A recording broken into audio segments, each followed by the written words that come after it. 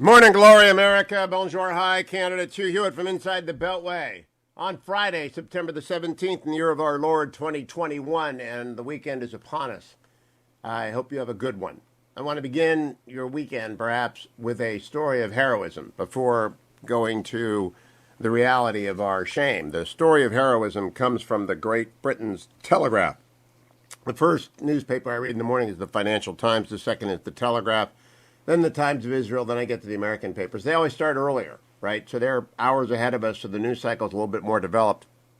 This story, though, I got yesterday afternoon from a friend. Sent this to me. So I cannot claim credit for having spotted it. It showed up last night. I put it online. It went everywhere. And I've reposted it because it makes you realize there are heroes. We have lots of heroes in the United States, especially in the military, who and the police force and the firefighters, we celebrate them on September 11th, and then we forget them too often. We celebrate them on Memorial Weekend and on Veterans Day, and then we forget them. But I'll tell you, every day in the world there are heroes. The headline of this is dozens of Afghan women rescued from Kabul in the first ever Israeli Emirati aid mission. Remember, a year ago, Donald Trump presided over the Abraham Accords that the United Arab Emirates and Israel signed, bringing a warm peace to the Middle East, followed soon by Bahrain and other countries. The story reads, Israeli aid workers and the United Arab Emirates have completed a daring rescue mission that saw dozens of sportswomen, female rights activists, and a singer at risk of Taliban reprisals spirited to safety in Abu Dhabi. The nail-biting evacuation used local contacts to gather 41 Afghans from various locations in Kabul and then bust them through Taliban checkpoints and over the northern border into Tajikistan before flying them to the United Arab Emirates. The Israeli Emirati mission, which happened earlier this month, is the first joint humanitarian project between the two Middle Eastern countries and is part of a growing cooperation following the signing of the Abraham Accords last year, which normalized relations. Speaking to the Telegraph, Yatsem Polazar, the CEO of IsraAid, and the team behind the secretive evacuation had to be extremely careful while collecting the young women from across Kabul without alerting the Taliban. The issue was they had to do the collecting from hiding, Mr. Polazar said. They, the rescuers, had to do the rounds around the city and alleys to pick up these people and try not to create any suspicious movement. The evacuees included a prominent Afghan singer, 19 cycling team members, 3 robotics team members, their relatives, and a number of human rights activists. Some of the relatives evacuated were men. All were considered to be at risk of reprisal from the Taliban, which has cracked down on female sports players and other performers since taking over Afghanistan last month. After clearing several checkpoints while driving across the country's north, the escapees were temporarily stuck at the Tajikistan border, forcing the young women to spend a tantalizing 2-day period in a nearby safe house as they awaited permission to cross. The stressful part really was around the border. There were a lot of Taliban in the area. They were not allowed to leave the shelter, and we were very stressed that someone might find them, Mr. Polazar said. The rescue team eventually secured permission from the president of Tajikistan to cross the border, at which point Israeli aid workers met the girls in the capital of Dushanbe. They were then escorted onto a jet chartered by the Canadian-Israeli billionaire Sylvan Adams, which arrived in the United Arab Emirates in the early hours of September 6th. Mr. Adams also helped in lobbying Tajikistan's government, among others, to support the rescue. The operation was highly politically sensitive as the Taliban despises Israel and recently said it was the only country with which its government would not focus relations. So you know that the Taliban is going to despise the UAE as well. Good for the UAE and good for Israel. The evacuees were picked up with the help of female activists who reached out to the aid group, and the mission was partly assisted by an anonymous family foundation. The rescue was first revealed by Afra al-Hameli, the UAE's Deputy Director of Strategic Communications, in a post on Twitter. Afra al-Hameli wrote, working alongside international partners to ensure those in need reach safety, the UAE has welcomed 41 Afghan evacuees, including vulnerable members from the Afghan girls' cycling and robotic teams, as well as at-risk human rights activists and their family members. The UAE is just, it's called Little Sparta. James Mattis told me that. General Mattis did an event at the Nixon Library in Yorba Linda with me, and I asked him about what do you think about UAE? Now, I know the ambassador, Youssef Taiba, pretty well. And I hope he would say something good. I didn't know he would say they are little Sparta. They're the greatest punching power per inch in the Middle East, along with Israel. And now they're working together. Good. Bravo to both of them. Now the bad. My Washington Post column this morning, which is on the landing page at the Washington Post, and I hope you will go and read it, is about, well, it's in the title that they picked. We must own our complicity in Afghanistan. The United States' shame, I write, over its precipitous sprint out of Afghanistan will shadow this country's conscience for a generation. Every horror story, and they will keep coming, is partly the result of our decision to bug out.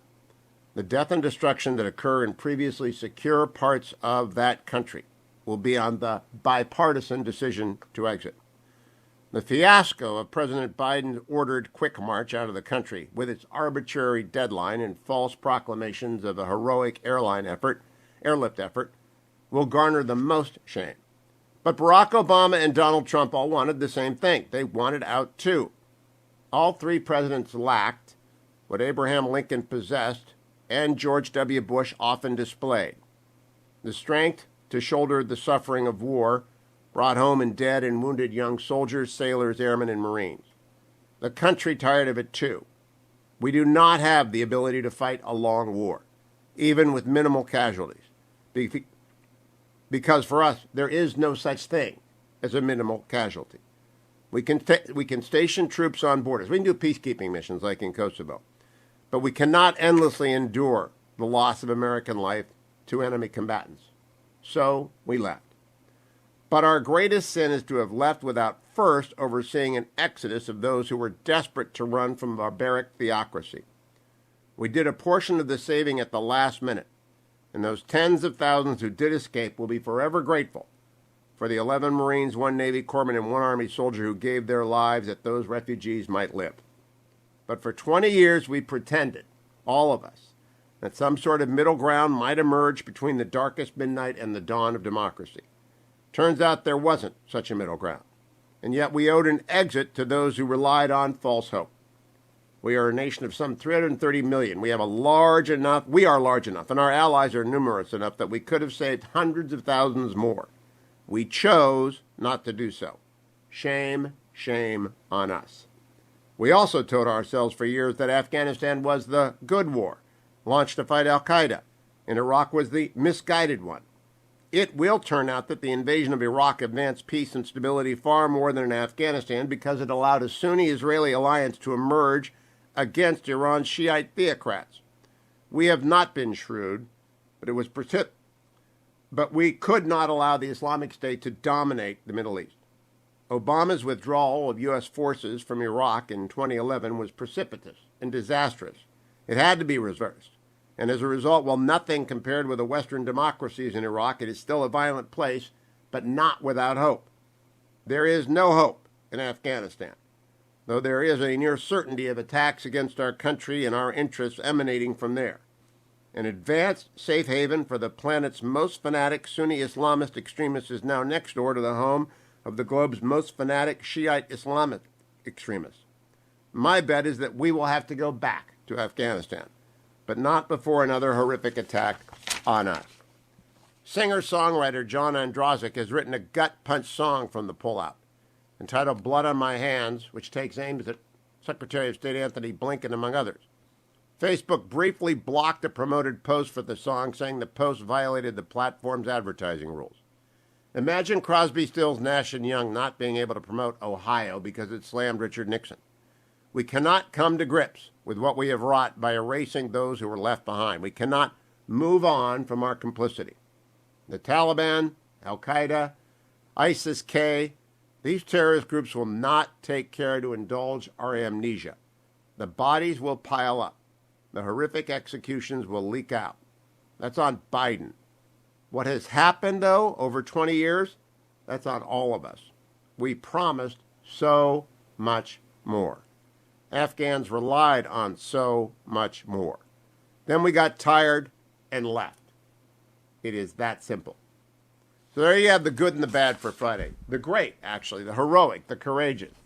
United Arab Emirates and Israeli, longtime hostile forces, now friends, working together to save dozens of Afghan women and human rights activists, athletes, and robotics teams. That's great. That's a movie. That's another On the Wings of Eagles for Ken Follett and The Shameful, America's Bug Out.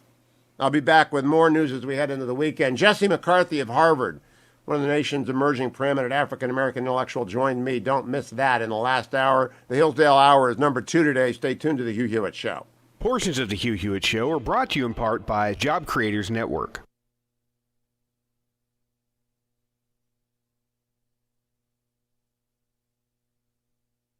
Now.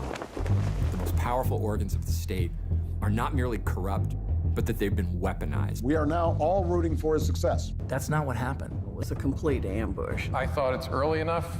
Let's just send a couple guys over. And the audience was, ha, ha, ha, ha. How funny to set up an innocent man. This is what third world security states do. They spy on their political opponents like this. This is part of a concerted Russian influence operation. Russians, I'm not going to be specific as... He knew he could just say it on TV and then hide behind, well, it's all classified, I can't get into it. It divided the country in ways that people can't imagine. It's inspired massive violence. It's given people who are bad faith actors a license to do whatever they want. Look for Salem Now in the App Store or go to salemnow.com. Trending now on The Mike Gallagher Show. I am Republican, voted for Trump twice. I sat in my brother-in-law's living room 4 years ago and said, you know, I think if Trump were to lose the election, he'd start a nuclear war. So I don't think that the concerns by the generals were out of line. I honestly, and you sound like a reasonable and nice guy, so don't take this the wrong way. I don't believe you when you say you voted for Trump. I don't believe that for 1 minute. No rational person. I mean, do you feel like you're familiar with President Trump? Do you realize that President Trump was the first president since Jimmy Carter not to start a war? Keep up with what's trending. Subscribe on YouTube and at rumble.com. Trending now on the Eric Metaxas Show. So I wrote this book at first going, the genius of Jesus is this. Every other genius that we've ever seen expressed in human history is not transferable. If you spend your life with Mozart, you will not become a composer. If you spend your life with Picasso, you will not become a painter. If you spend your life with Steph Curry, you will not become a three-point shooter.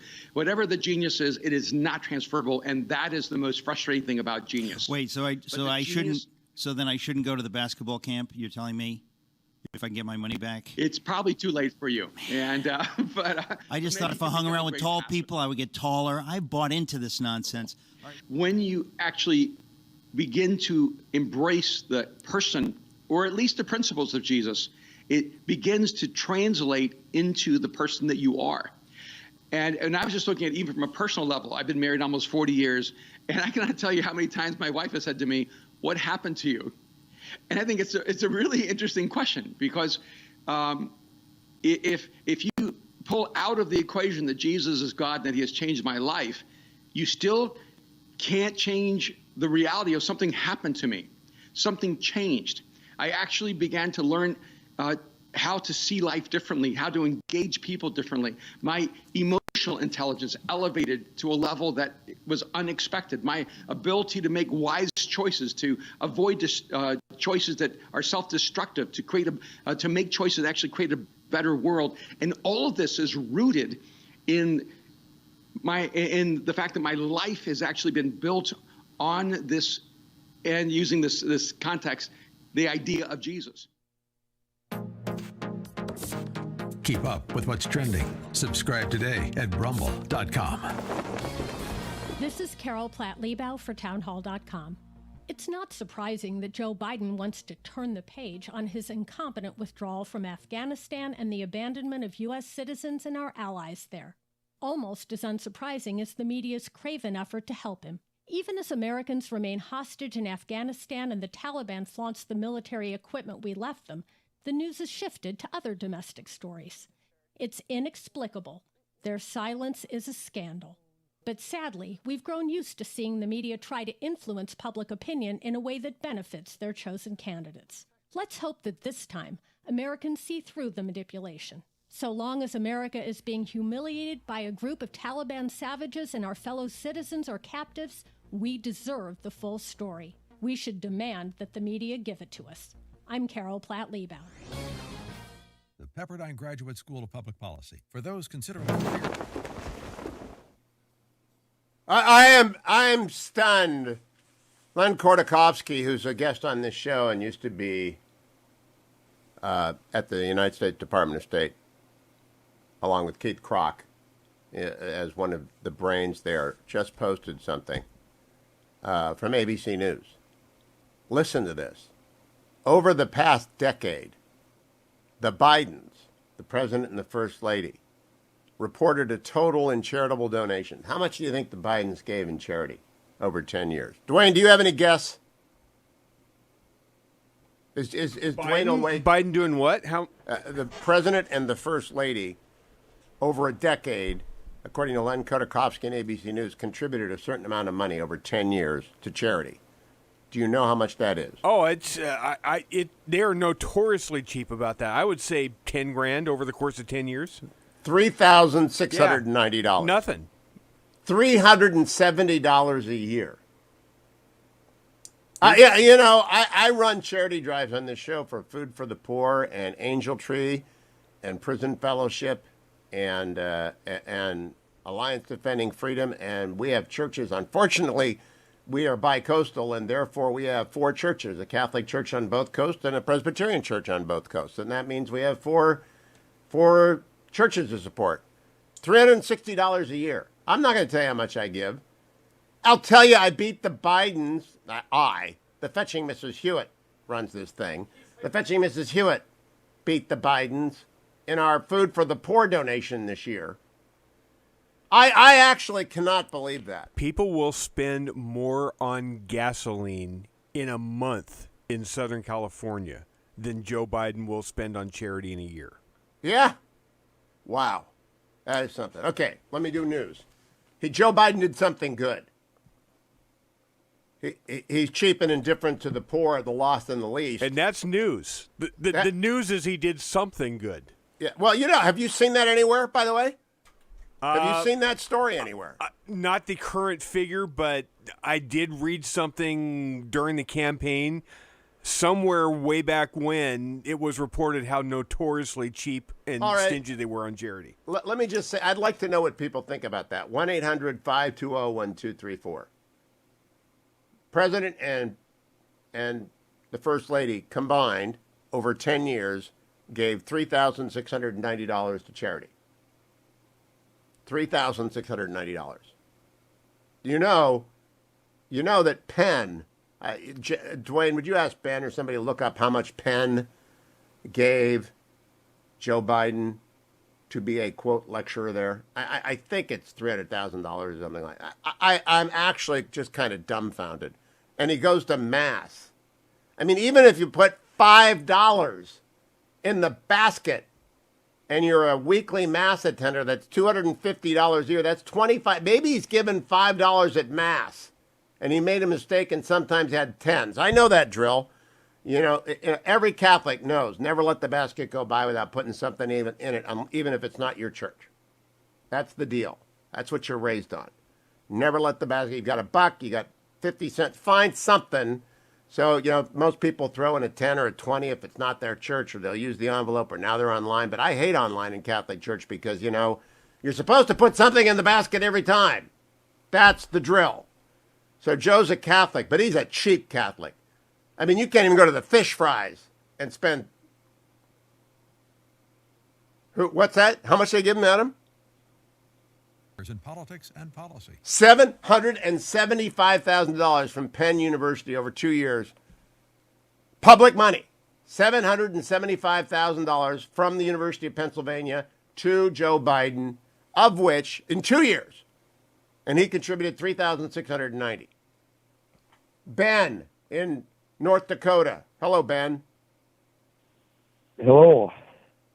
What do you think? Well, I guess I'm not surprised.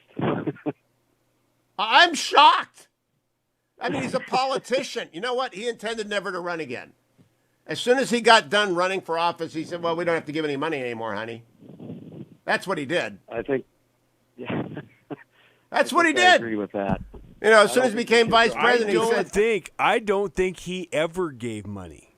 I think he's been cheap for decades. Oh, wait, he's going to come out and say, you know, I don't declare my charitable donations on my income tax return. I think that's justice. I mean, I got other stories. I got a Haitian refugee crisis in Texas. I've got a brutal murder in the middle of Atlanta. I've got a submarine deal. I'll do it after the break, but that just stunned me. Joe Biden gave $3,690 over 10 years. Wow. I'm Hugh Hewitt.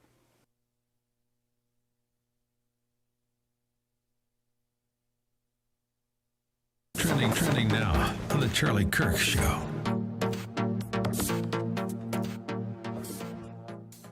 Three generations of imbeciles are enough, declared the Supreme Court in Buck versus Bell. Decision of 1927. I'm reading from timeline.com.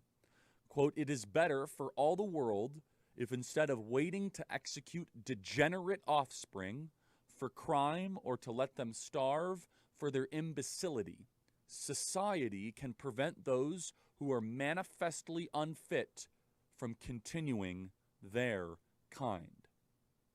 That decision was written by Oliver Wendell Holmes, and forced sterilization became fully legal in the United States. The case came at the height of popularity for the pseudosciences of eugenics, which maintained that negative character traits like criminality and stupidity were entirely the product of bad genes. The court decision that set the precedent for government intervention on the sterilization of women was the Jacobson v. Massachusetts. Thankfully, many decades later, there was a lawsuit that included Dolores Madrigal, who was the lead plaintiff in the 1978 case, which brought suit against L.A. County's USC Medical Center for its non-consensual sterilization of Mexican-American women in the 1960s and 70s. It would make sense why certain communities are apprehensive of the government forcibly putting medicine on you. Keep up with what's trending. Subscribe on YouTube and at rumble.com. Trending now on America First with Sebastian Gorka. On January the 8th, 2 days after the riots on Capitol Hill, General Mark Milley called General Li Zhongcheng of the People's Liberation Army of Communist China. In that call, he said the following: "We are 100% steady. Everything is fine." And he assured the communist general that there would be no attack on China. Now, on the one hand, I have to say the whole story is absurd because what attack on China? When did Donald Trump, in relation to January the 6th or any time, say that he's about to launch a nuclear attack against nuclear China? It's garbage. But Milley is the man who, remember, acted like a politician when he did a video apologizing for standing next to his commander-in-chief after he walked across Lafayette Square after days and days and days of rioting, hundreds of police officers injured, and the church of the president, St. John's Episcopal Church, was firebombed. Milley was ashamed of the restoration of order because Donald Trump was his commander-in-chief. So, with that fact pattern in mind, with his assertion that critical race theory is great, should be taught at West Point, I'm white and I want to know what white rage is, it is absolutely plausible that this man did what he did. Keep up with what's trending. Subscribe today at rumble.com. The Democratic Party somehow has convinced black people that they're the good guys. Never mind the skanky history of the Democratic Party. That was a party of slavery.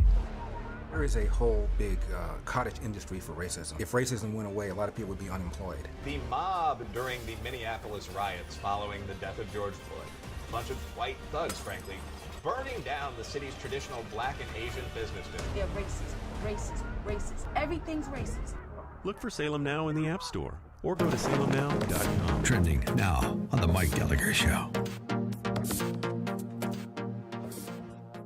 If we would just offer the facts, how about this? Unemployment during Trump's term was better.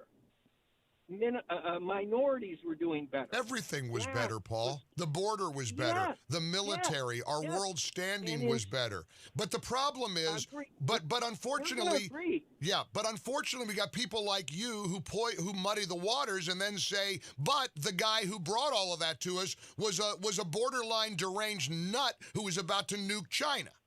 See, that's the problem. You're music. Putting words in my mouth. You're putting words in my mouth. No, we're not. We all heard. We heard your words, Paul. We're listening to your words. Your music to Trump, to the anti-Trump world's ears. Your music to the Democrats' ears. I think that's probably why Milley thought he could get away with this, because there's a lot of people who will give him cover, and anybody who gives any space or any comfort to the ridiculous notion that Trump did anything to make anyone think he was a deranged, maniacal guy who was... Keep up with what's trending. Subscribe on YouTube and...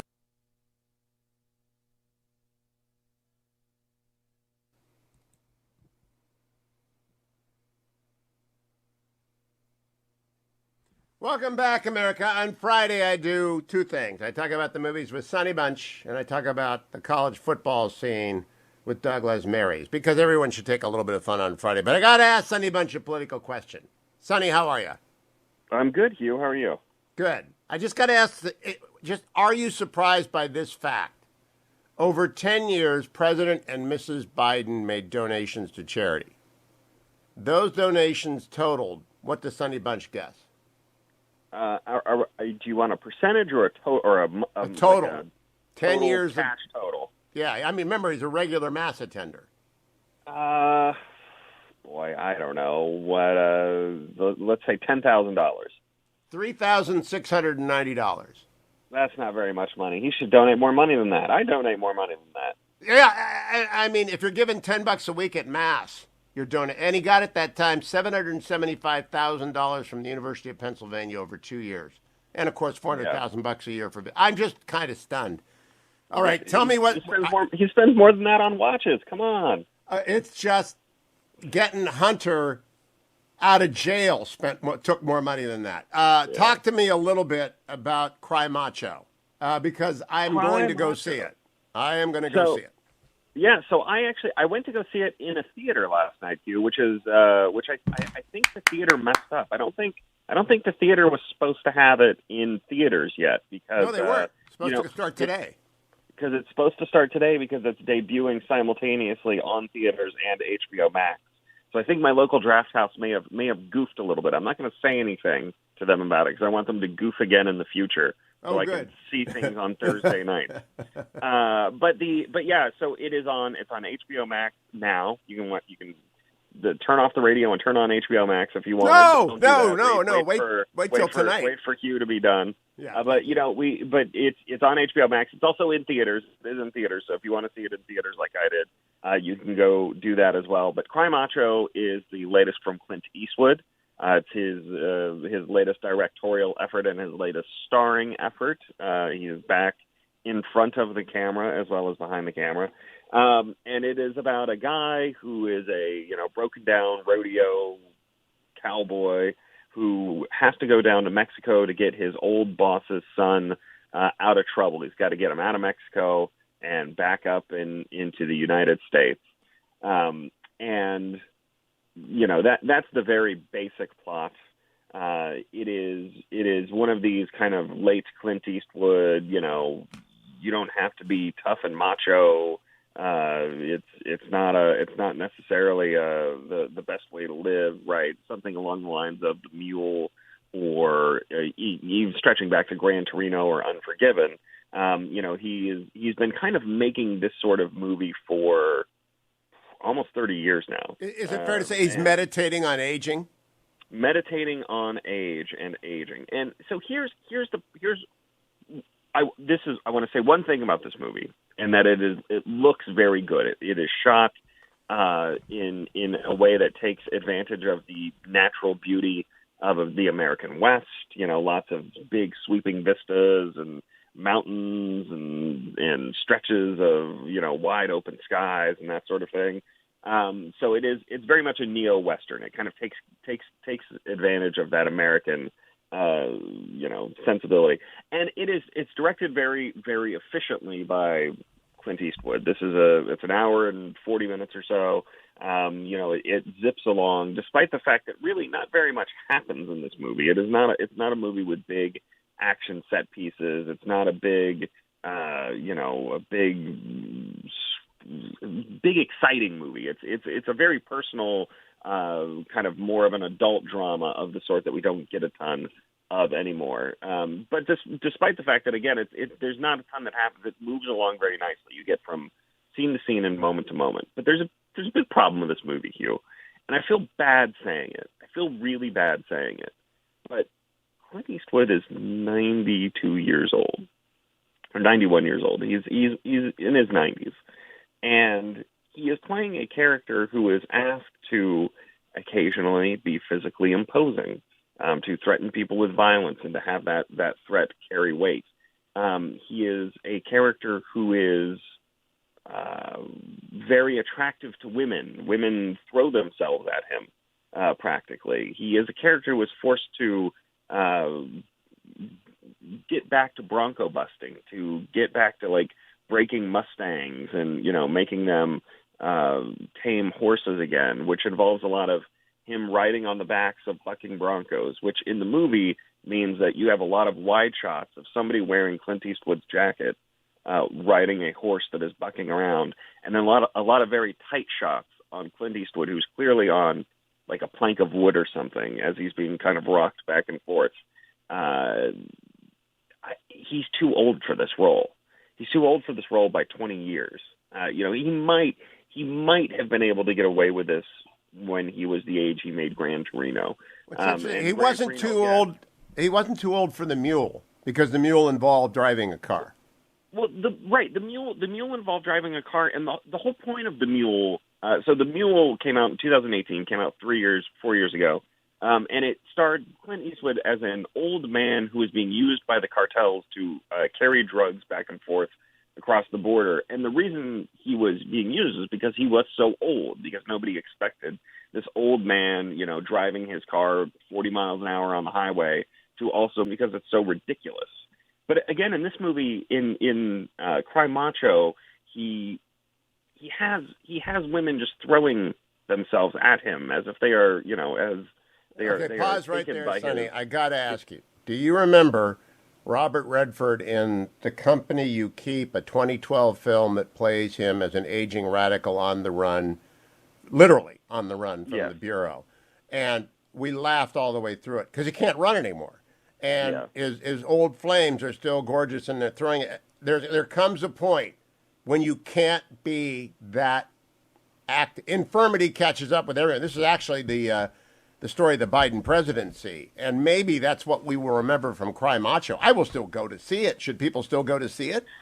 I liked it fine. I can't give it a thumbs up, really. It doesn't work for me because Clint Eastwood does not work in this role for me. And it's a movie about it. I mean, he's in every scene. He's in every shot, basically. He is the center of the movie, and he simply does not work. And look, here's the thing. I don't think Clint Eastwood is infirmed, because a 92-year-old man who is still directing a $20 million motion picture is not an infirm person. He is a guy who is in charge of an enormous production. He is, he's got people running around all over set doing things.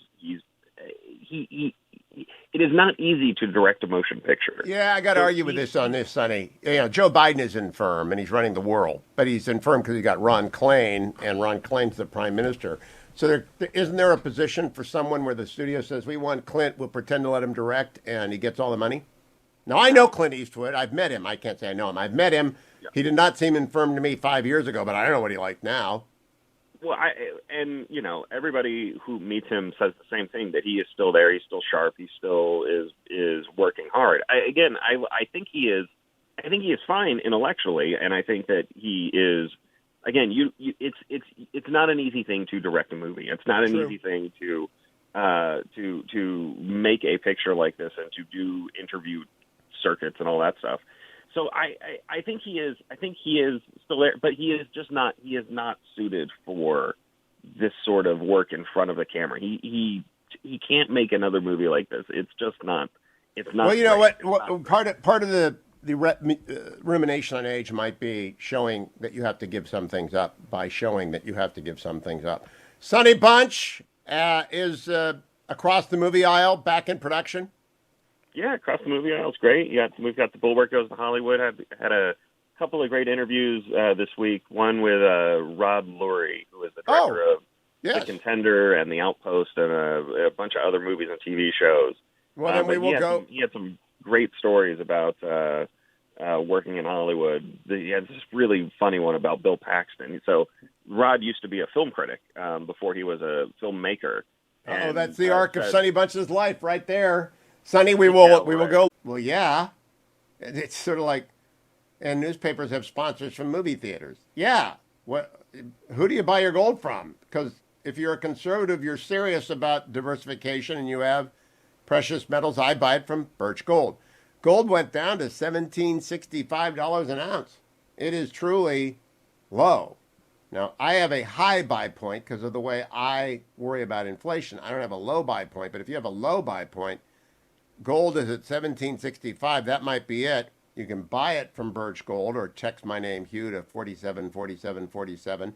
Or you can get the free information kit and roll over a portion of your IRA or 401k. You may have been waiting for it to get back to $1,750. I don't see that happening, but I'm not a prophet nor the son of a prophet. Thank you, Yoni. $1,765 an ounce, Birch Gold. But you got to go to hughgold.com or text my name, Hugh, to 474747. We were just talking about Cry Macho. The Fetching Mr. Hewitt and I are going to go see it. We were talking this morning via text about whether to see it on East Coast or West Coast. We decided to go see it on the West Coast because we're there all next week. I want to remind people that over at HughHewitt.com, if you want to find both Andrew Sullivan interviews, the one from 15 years ago and the one from this week, you just use the search engine at HughHewitt.com. And I also want to remind everyone, if you're flying across the country and you want to get a book to do that, my friend Glenn did that this week. He presided over the wedding of his daughter, and then he went right back to work like all of us do. And he got Vince Flynn's Enemy at the Gates by Kyle Mills. Like the Kyle Mills interview, knows Kyle. I told him you're going to love this book. Enemy at the Gates is in bookstores everywhere. Okay, it's the weekend, ReliefFactor.com time. I just told you I'm flying. I'm flying on tomorrow. I hate it. I hate cross-country flights. I especially hate going that way, going from east to west, because it's like slogging. You slog for 6 hours, even with a direct, and I only take directs these days. But I carry in Kirkman with Veritron Omega. There you go. And I got 2 books to read. I got the Woodward and Costa book. I got George Will's book, and I got ReliefFactor.com in my system. I carry in Kirkman with Veritron Omega. I take it every single day in the first hour of the show. You hear me do that. You watch me do that if you're watching on the YouTube channel. And there's a reason for it. I like to move, and I don't like to hurt. I like to walk, run, trundle, call it whatever you will. Yesterday it was trundling. Today it will be a mixture, I think. It depends on... We had a thunderstorm in D.C. last night. It was like Zeus was in town. So I don't know what the temperature is. It should be freezing out there. It was really rock the windows time. But I'll probably be walking. I don't know. I got a lot of podcasts to listen to, including the College Football Playoff podcast with Doug, Lemerises, and Shahan. And I'll talk with him after the break about that. Go to ReliefFactor.com.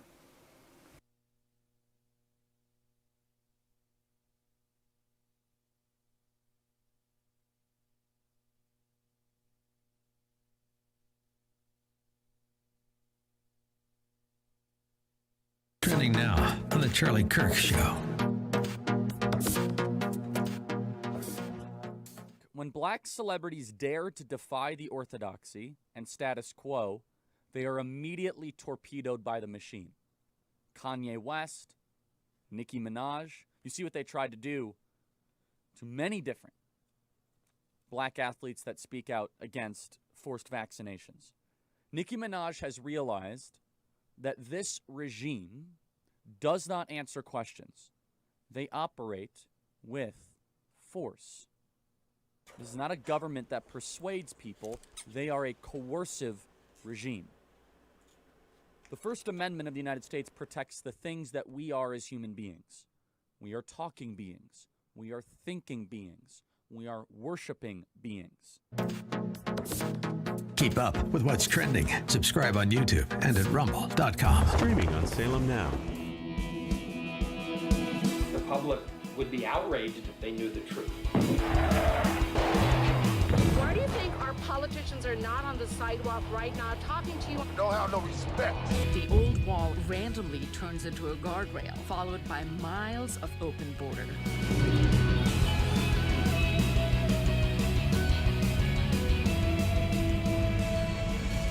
Human trafficking. That journey is extremely dangerous.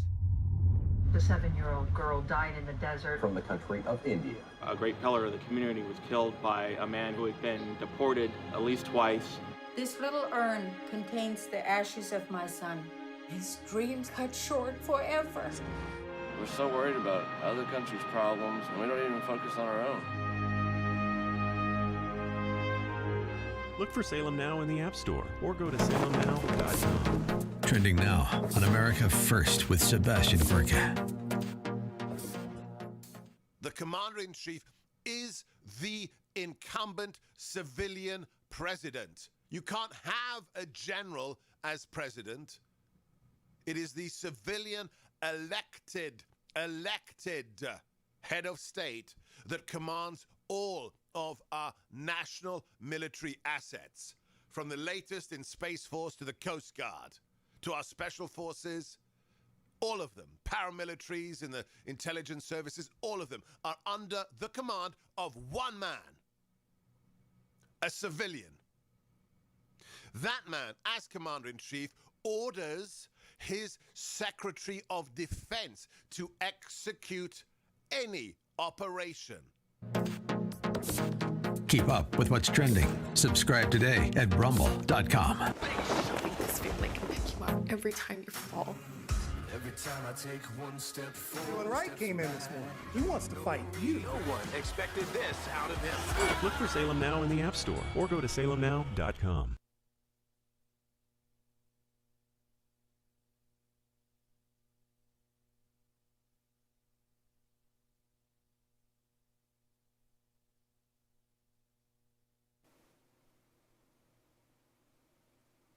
Welcome back. I'm Hugh Hewitt. I listen to 4 podcasts a week, every episode of them, and that gives me a problem because my next guest, Doug Lemerises, hosts 3 of them, and along with Shihan Raja. Help me with the last name. I can't get Shahan's name yet, Doug. Jeharaja. Here's my problem. I'm like you on a podcast. I'm supposed to do 2 things. Look at the college football week last week and the college football week coming up, because you do the college football podcast show, the college football playoff show on podcast every week. But I can't remember what I heard you say because I listened to 3 podcasts in which you were, I don't know which podcast it was on, but somewhere you said you covered the 5 stages of football fan grief. And I'm in stage 1. I'm still shocked at Ohio State losing to the Ducks. So I couldn't bring myself to listen to the college football playoff show podcast because I'm afraid you kicked them out. Did you do that? No. They're still safe. We kicked out Iowa State for losing to Iowa. Ohio State hanging on by a thread after losing at home to an Oregon team that did not have its best player. And the program is wondering if they need new defensive coaches. But other than that, Ohio State's still okay. Is Kerry Combs, because this was in Buckeye Talk, one of Doug's other podcasts, the funniest 10 minutes in radio I've heard, which is not on radio, is the offensive coordinator room with the defensive coaches coming over and grabbing people. Is that happening at Ohio State? Because, man, that was bad. That was very bad. I think they're on the edge. It's one of those things, Hugh. They do try to steal each other's guys sometimes because Ohio State has so many good offensive players and they have some holes on defense. Listen, a guy like Ted Ginn Jr., for instance, 15 years ago at Ohio State, he started off on defense. They stole him and put him on offense. So that I don't think they're doing that, though. They're trying to fix the defense in other ways. All right, now tell people about how, last week's most important game and this week's most important game, because the College Football Playoff Show podcast is about that. Yes, so two big games we talked about last week that were important. Iowa did beat Iowa State in that showdown in the Hawkeye State. Iowa's a legit contender at this point. Great defense, Tyler Goodson, really good running back, Kirk Ferentz, great coach. But Oregon's upset in Ohio Stadium was a bigger deal because the Pac-12 that Oregon is part of in the 7 years so far, the playoff, the Pac-12's only been in twice. People forget the Pac-12 exists. They have their own network. That gives me great joy, by the way. I hate USC, so that gives me great joy. Yeah, for real. The team that should be the best team in the Pac-12 fired its coach this week. So the fact that Oregon got that win is good for that entire conference. So that was the biggest game last week for sure. You had that right. I had that wrong, Hugh. You're showing me up. Yeah. Well, thank you. You know, professional amateurs, sometimes the latter get it right and sometimes the former get it wrong. What about this weekend? First of all, Ohio State has to win every game, including beating a dominant Iowa to get into the finals, right? There's never been a two-loss team to make the college football playoff. It's only 4 teams get in. This is the 8th year of it. So 2 losses, you're basically out. So yes, that is true. It looks like Ohio State and Iowa could be on a collision course in the Big Ten Championship. 2 games I'm looking at this week. One is a different team in the state of Ohio. And right now in the state of Ohio, Ohio State is not the highest ranked team, which is shocking. Cincinnati plays at Indiana this week. Cincinnati is not in one of the power conferences. So those smaller teams, they've got to really show a lot to have a shot at the playoff. Indiana was good last year. And then in 2 weeks, Cincinnati's playing Notre Dame. If Cincinnati wins both those games, they'll really be in that playoff conversation. And in the conversation is maybe better than Ohio State, at least this year. But the other game is Bama. And everybody loves Bama. And the deal with Bama is sometimes – Bama, no. Dominance. Who doesn't love dominance? Nick Saban's the greatest college football coach of all time. I know. Doug, everything on this show revolves around whether or not people in Ohio love or hate the program. And I hate Alabama. So go ahead. You hate and admire them, Hugh. Yes. You know that. You admire them from a distance. Yeah. They play at Florida. Bama is a 2-touchdown favorite, but Florida plays 2 quarterbacks. You can say usually, hey, the saying is if you have 2 quarterbacks, you have no quarterbacks. Right now, I don't think that's true at Florida. They have Emory Jones, and the backup is a guy named Anthony Richardson, who looks like an offensive tackle playing quarterback. I think the 2 quarterback system for Florida has a chance as a 2-touchdown underdog to give Bama trouble. That defense is so good, you got to give them something they don't expect. Both Florida quarterbacks are going to play. I'm intrigued. I'm not calling it upset, but I'm intrigued by that game. Okay, I have one thing for you to think about. USC fired Clay Helton. They go to Urban Meyer, and they say, hey, name your price. But Urban Meyer doesn't care about money. Urban Meyer wants to save higher education in America, and USC is flat on its back because of 2 different scandals, declining enrollment, a devastated football program, and they should be. And he comes out and says, I love the Jacksonville Jaguars. I would love to be here. I got to save college football. I got to save the Pac-10. I'm going to Southern California. Possible? This is the Hugh Hewitt theory of Lori Loughlin leads Urban Meyer to USC. It's all connected. You get it now. Who knew? Who knew? Listen, we've seen there's a history of college coaches going to the NFL and then coming back. Nick Saban did it. Urban's been there for a week. So, you got to give him a little bit of a run. He has to, I think, adjust his It's style not about Urban. It's about saving USC, which, honest to God, needs saving because they're in the worst place they've been in my 30 years in California. Doug is the host of the College Football Playoff Show on podcast. You should listen to it every single episode and subscribe. Listen to it for free, and they'll tell you the number. You get it for free for 3 weeks. It's $1 a month. Go do it and come back.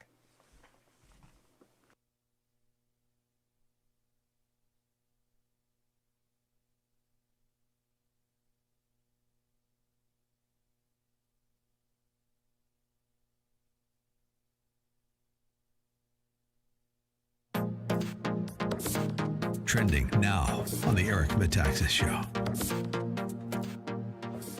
So I wrote this book at first going, the genius of Jesus is this. Every other genius that we've ever seen expressed in human history is not transferable. If you spend your life with Mozart, you will not become a composer. If you spend your life with Picasso, you will not become a painter. If you spend your life with Steph Curry, you will not become a three-point shooter. Whatever the genius is, it is not transferable, and that is the most frustrating thing about genius. Wait, so then I shouldn't go to the basketball camp? You're telling me if I can get my money back? It's probably too late for you. And I just thought if I hung around with tall people, I would get taller. I bought into this nonsense. When you actually begin to embrace the person, or at least the principles of Jesus, it begins to translate into the person that you are. And I was just looking at even from a personal level. I've been married almost 40 years, and I cannot tell you how many times my wife has said to me, "What happened to you?" And I think it's a really interesting question, because if you pull out of the equation that Jesus is God and that he has changed my life, you still can't change the reality of something happened to me. Something changed. I actually began to learn how to see life differently, how to engage people differently. My emotional intelligence elevated to a level that was unexpected. My ability to make wise choices, to avoid choices that are self-destructive, to create to make choices that actually create a better world. And all of this is rooted in the fact that my life has actually been built on this, and using this context, the idea of Jesus. Keep up with what's trending. Subscribe today at rumble.com. Streaming on Salem Now. The Democratic Party somehow has convinced black people that they're the good guys. Never mind the skanky history of the Democratic Party. That was a party of slavery. He said, listen, I gotta give these niggas enough. Not too much, but enough that I'll have them voting Democrat for the next 200 years. The race grievance industry would have you believe that blacks get up and think about nothing else except race. If I tell you this is racist, yeah, I'm gonna get you emotional. There is a whole big cottage industry for racism. If racism went away, a lot of people would be unemployed. The mob during the Minneapolis riots following the death of George Floyd. A bunch of white thugs, frankly, burning down the city's traditional black and Asian business district. They're racist, racist, racist, racist, racist. Everything's racist.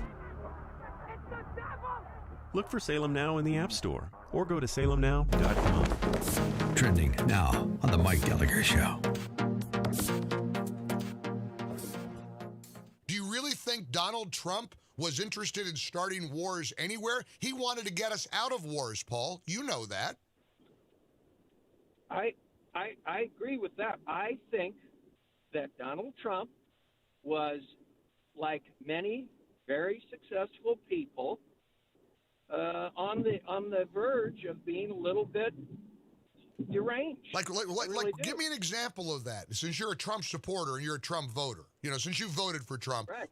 Since you voted for, and which frankly makes me question your sanity that you would be willing to vote for somebody you consider deranged.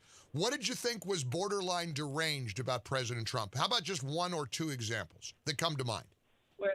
Well, and I didn't say Trump was. I said there's been many leaders who have been deranged, have been successful. But you're applying that to Donald Trump. You must think he was borderline deranged if he was on the verge of nuking China. So give me an example of what would make you think that.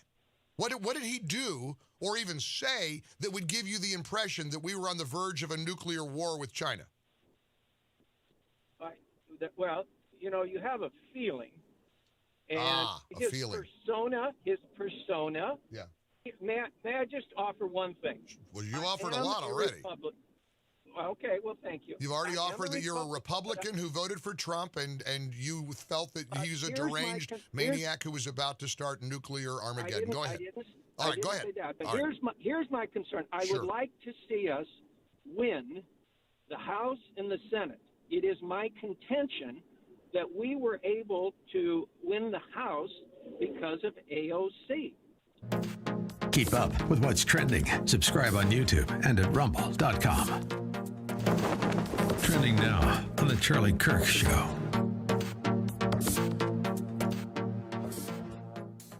But Nicki Minaj is different. Because Nicki Minaj can't be controlled by the masters of the universe. They tried to suspend her from Twitter. They tried to kick her off of social media because of what she said.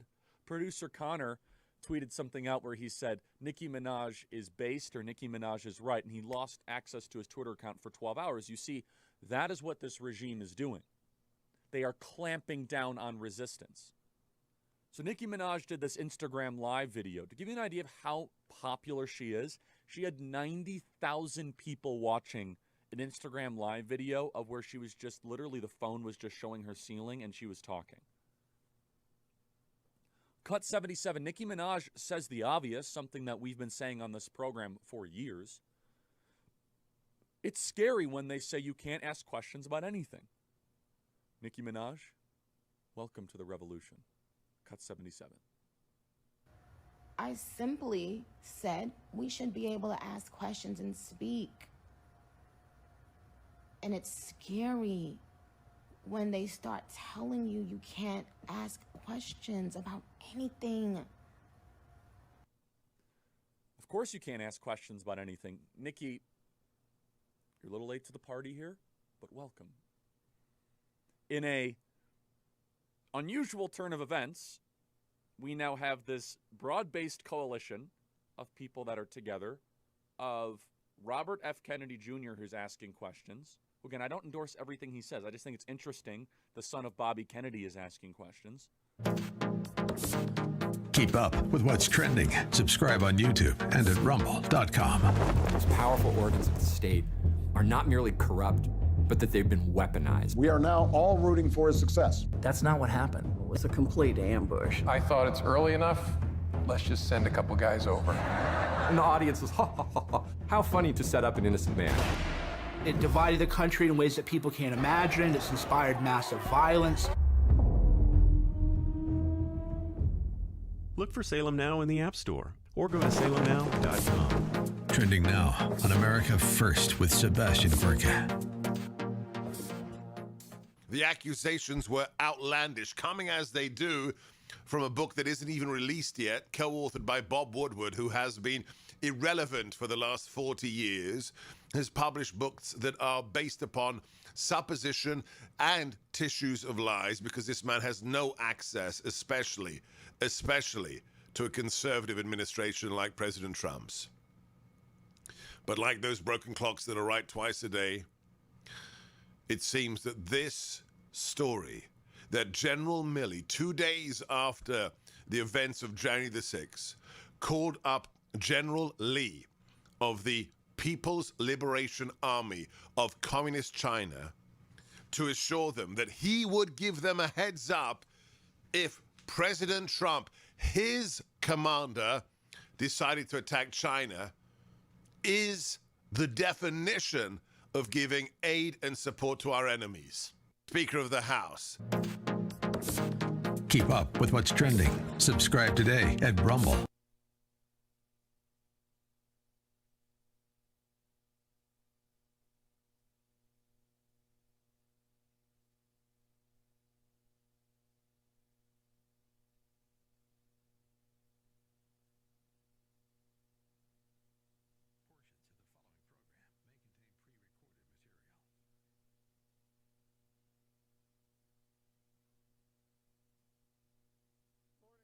Glory, America, bonjour, hi, Canada. I'm Hugh Hewitt inside the Beltway. Pray for the Americans who are held hostage in Afghanistan. This is the first time I've been back live with Dr. Larry Arnn on the Hillsdale Dialogue since we began the Lincoln-Douglas debate replay. For 7 blessed weeks, I left Dr. Arnn alone, and we were able to replay a series of conversations we had for the Hillsdale Dialogue from 6 years ago. Dr. Arnn, your vacation from the burden of doing the Hugh Hewitt Show is over. You've got to come back now. I'm almost fully recovered. Well, you know, I'm amazed by how many people loved the Lincoln-Douglas debates. And I went out and actually bought that recording by Dreyfus and Strathern that you told me about. It was magnificent. It really is an astonishing bit of American history. Yeah, well, that's the first great mass debates in American history. And, you know, in a way, the last, because we don't do it very well anymore. But I always thought the number 30,000 is significant because that's how many came to that at the peak. That's how many came to hear George Whitefield, Great Awakening preacher during the time of the American Revolution. And we have that confirmed by Ben Franklin, who stepped it off to measure the crowd. He didn't believe there could be that many. And that's one reason I thought in 2016 that it was significant that those Trump rallies got to be so big. They're about that size, too. Well, 2 weeks ago, I had Chris Wallace on, who moderated the last year's presidential debate. And Chris and I were talking about debates, and his audience for his Trump-Biden debate was 80 million people. And we talked about the president's criticism of Wallace and Wallace's response, et cetera. But I absolutely believe that the debate commission, what is it that Cato the Elder used to say, Carthage must be destroyed? Yeah. Whatever that is in Latin should be the presidential debate commission should be destroyed because they've made it into a mockery now, Larry. Yeah. I think I know a couple of people who might be running for president, and I give them advice that they should make a pact, first among the candidates in their party, that they're going to control the debates. And they should make them sensible. That is to say, you get a minute to talk, and somebody gets a minute to answer. And the way it is now, the host is the star. I mean, I was completely disgusted with the way they like the moderator. It's like a rock star, and then they're just promoting themselves, these news organizations, and so they would moderate. They would interview like Chris Wallace in the afternoon before the debate.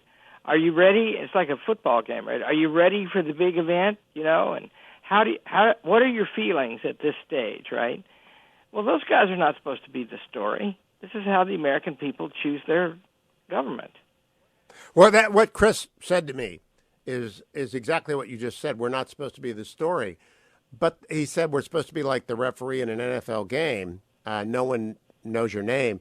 But in fact, the fact that we give interviews, and I have to put myself in this category because I've done this a few times now, the fact that we give interviews before the event proves that we're not, and that it's become a media event. My suggestion, I'm going to moderate the Ohio Senate debate in a couple of weeks in Columbus, where Republicans, there are half dozen serious Republicans, Josh Mandel and Jane Timken and Ernie Marino and J.D. Vance, and I think there are a couple more, I may be forgetting them, are all going to come down to Columbus, and I'm going to moderate a debate. And my objective is to be invisible. But also with multi-parties, it's very hard to get in between them. But what Lincoln and Douglas did, there were only two parties, and they had no moderator at all. That's what's so amazing. Yeah, that's well. And see, they had there's a few places in Lincoln-Douglas debates where they negotiate the rules in front of the audience and explain that they're changing something and why. And, once they take a break for dinner, Lincoln didn't want to talk when they were exhausted. And they worked that out, and they were the players, right? And that's as should be. Lincoln, he got, the opening guy got 45 minutes. And then the second speaker got an hour. And then they had rebuttal and surrebuttal. The whole thing took about 2.5 hours. I think the first one was an hour and a half, and then they changed it.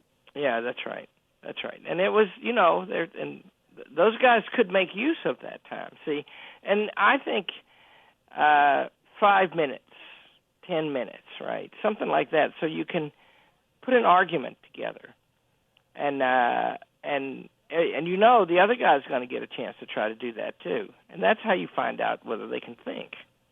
Well, next week we're going to begin a conversation with Glenn Elmers, a character about whom I want to ask you in a second, about his the official Churchill biography team for so long. You've just completed Martin Gilbert's The Official Churchill Biographer's Papers.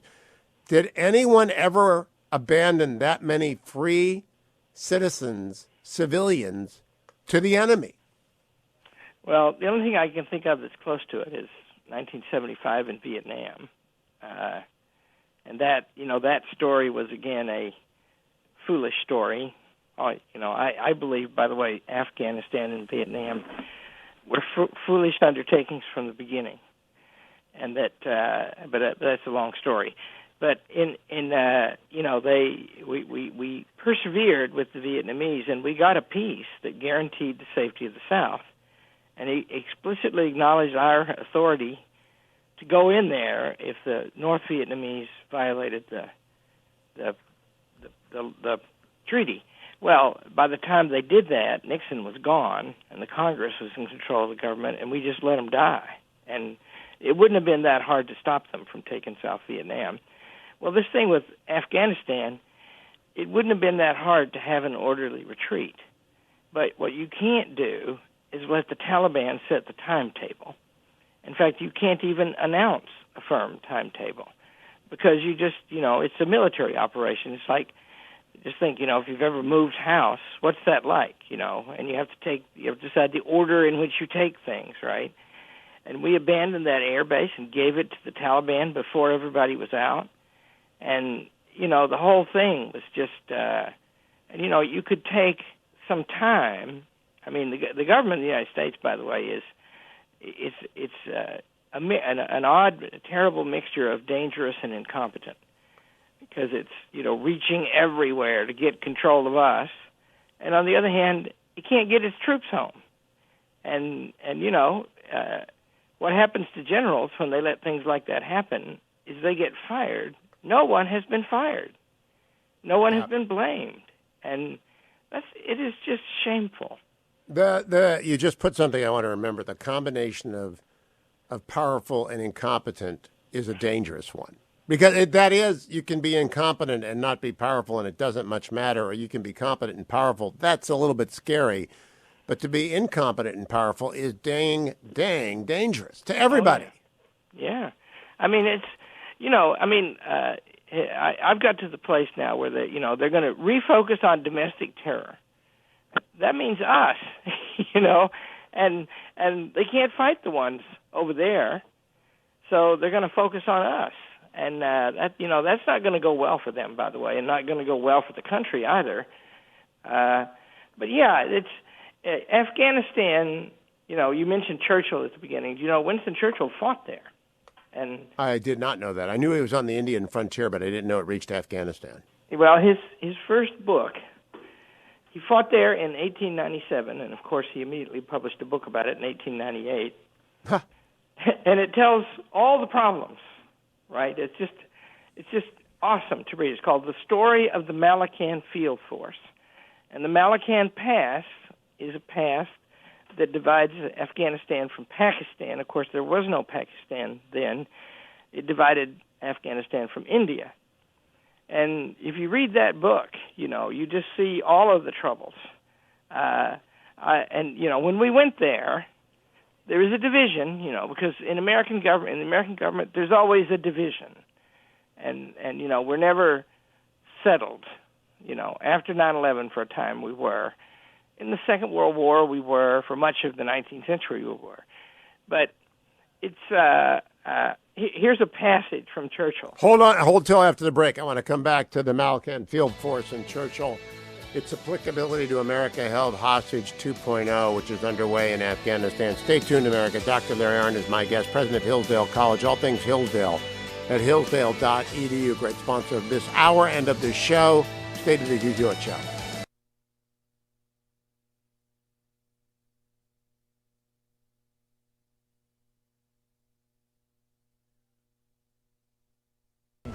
His most amazing discoveries thought to be written in a lost journal. Now, in the right hands, it could revolutionize the 21st century, but in the wrong hands, kill him. Jump.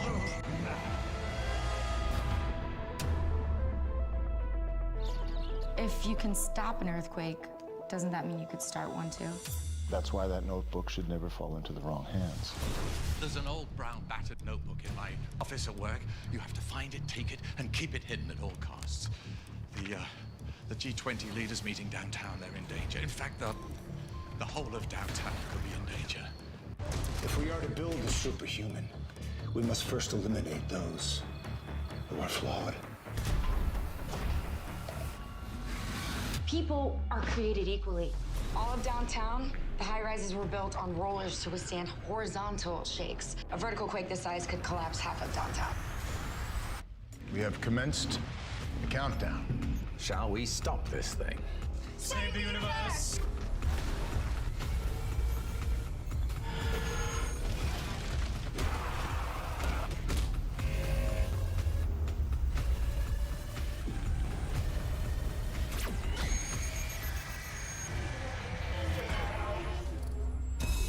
The most powerful organs of the state are not merely corrupt, but that they've been weaponized to go after perceived domestic enemies. And that's very scary. Our constitutional democracy enshrines the peaceful transfer of power. We are now all rooting for his success. The peaceful transition of power is one of the hallmarks of our democracy. We don't live in the United States of America as any of us would like to understand it. We have a peaceful transition of power process. That's not what happened. They interviewed General Flynn, and they did it in what was a complete ambush. I thought it's early enough. Let's just send a couple guys over. And the audience was, ha, ha, ha, ha. How funny to set up an innocent man. This is what third world security states do. They spy on their political opponents like this. This is part of a concerted Russian influence operation. Russian interference. They colluded. They were in on it. He would constantly say, I have seen evidence of collusion. Until this is released, I can't comment. I can't go into the particulars. Russians, I'm not going to be specific as... He knew he could just say it on TV and then hide behind, well, it's all classified, I can't get into it. Well, it's classified. You can't see it. Collusion. You just got to be willing to see it. New York's Daily News ran this front page, Trump is Hitler. How could 62 million Americans vote for Hitler? Are 62 million Americans Nazis? We really almost thought it was a joke. Like, really, you're not going to accept that you lost this election? Then they see the Russia collusion narrative sitting right there in front of them and say, why don't we just say that he cheated? It divided the country in ways that people can't imagine. It's inspired massive violence. It's given people who are bad faith actors a license to do whatever they want because they literally feel like they're fighting Russian spies and Nazis.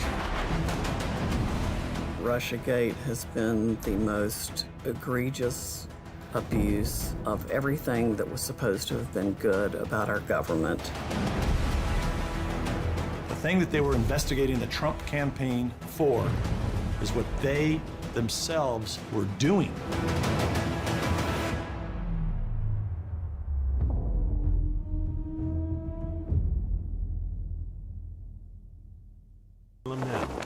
Tesla was a genius. His most amazing discoveries thought to be written in a lost journal. Now, in the right hands, it could revolutionize the 21st century. You can stop an earthquake. Doesn't that mean you could start one too? That's why that notebook should never fall into the wrong hands. Shall we stop this thing? Save the universe!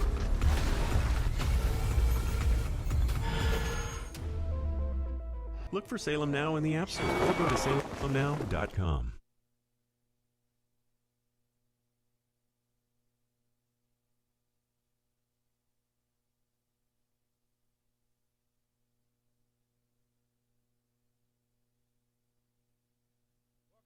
Back, America. It's Hugh Hewitt. The Hillsdale Dialogue, last radio hour of the week, is back. Although it's not the last radio hour this week. I'm going to do something in the next hour, so we're playing it in the second hour today. Dr. Larry Arnn is my guest, and for 7 weeks we haven't been making new ones because we were using the Lincoln-Douglas debates. But we're back, and in those 7 weeks, Afghanistan went from being a stable outpost of American and Western liberalism, at least half of the country, to the darkness of medievalism in 7 weeks.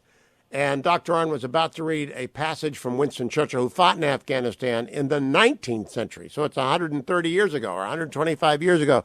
What did he write, Dr. Arnn? Well, first of all, you should fix in your mind the topography of Afghanistan, because the word for it is impossible. It runs up to the Himalayas, the greatest mountain range on Earth, and sort of roughly from northeast to southwest, it's divided up about 2/3 of the country into a series of high mountains with valleys in between.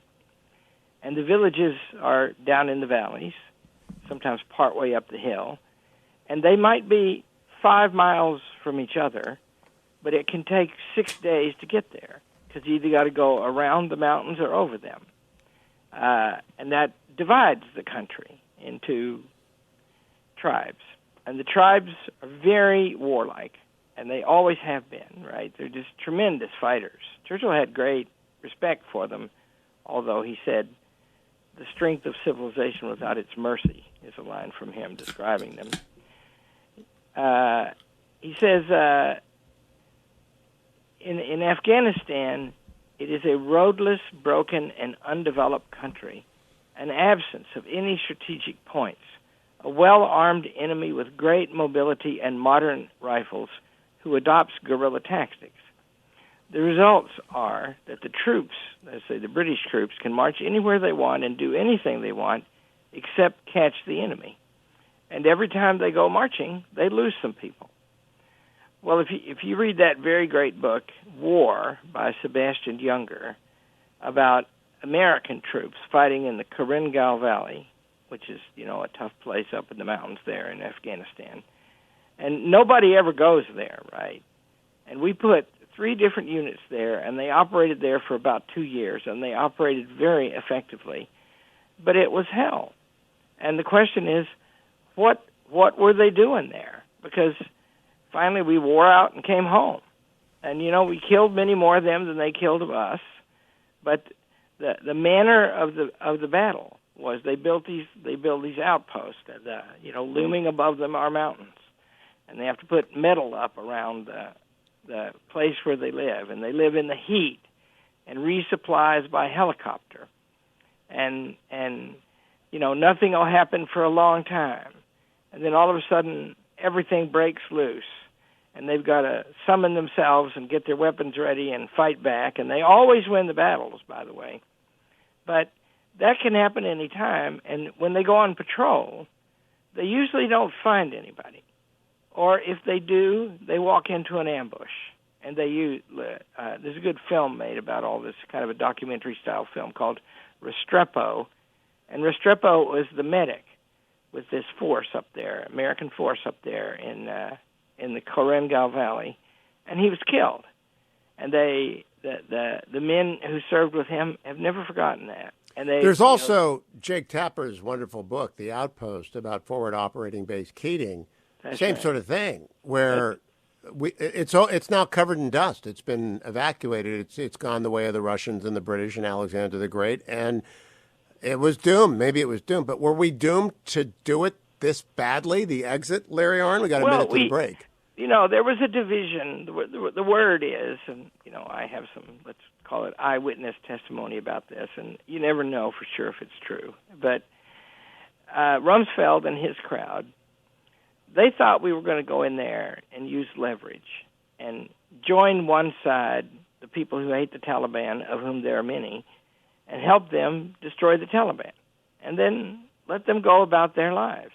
And maybe if you keep anything there, keep an air base, and you can keep that out in the desert in the southern part where you can't approach it very easily. But that was changed in the middle. And when we come back, we're going to talk about the impact of that change, because indeed there is no airborne aid, except there is a new Chinese air base, that we are told, as the Chinese are taking over Bagram, we are told. Stay tuned. Larry Arnn returns on the Hillsdale Dialogue.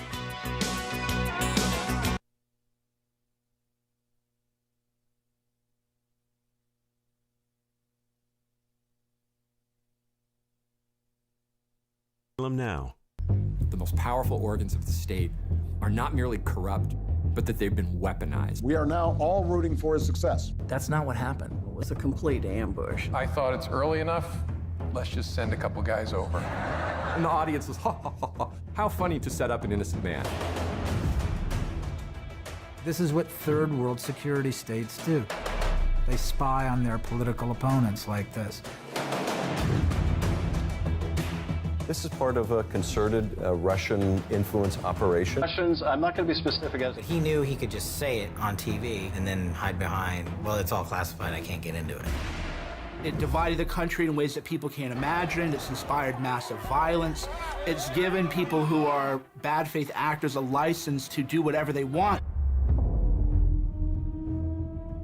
Look for Salem Now in the App Store or go to salemnow.com. Trending now on The Mike Gallagher Show. I am Republican, voted for Trump twice.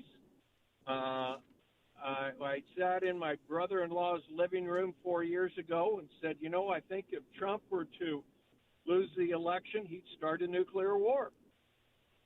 So I don't think that the concerns by the generals were out of line. I honestly, and you sound like a reasonable and a nice guy, so don't take this the wrong way. I don't believe you when you say you voted for Trump. I don't believe that for 1 minute.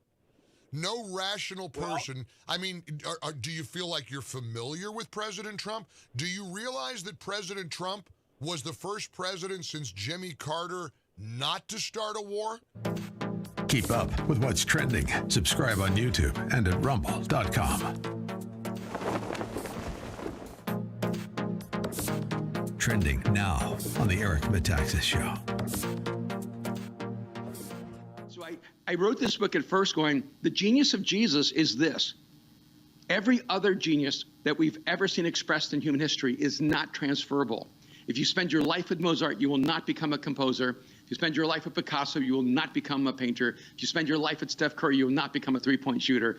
Whatever the genius is, it is not transferable, and that is the most frustrating thing about genius. Wait, so then I shouldn't go to the basketball camp? You're telling me if I can get my money back? It's probably too late for you, and I just thought if I hung around with tall people, I would get taller. I bought into this nonsense.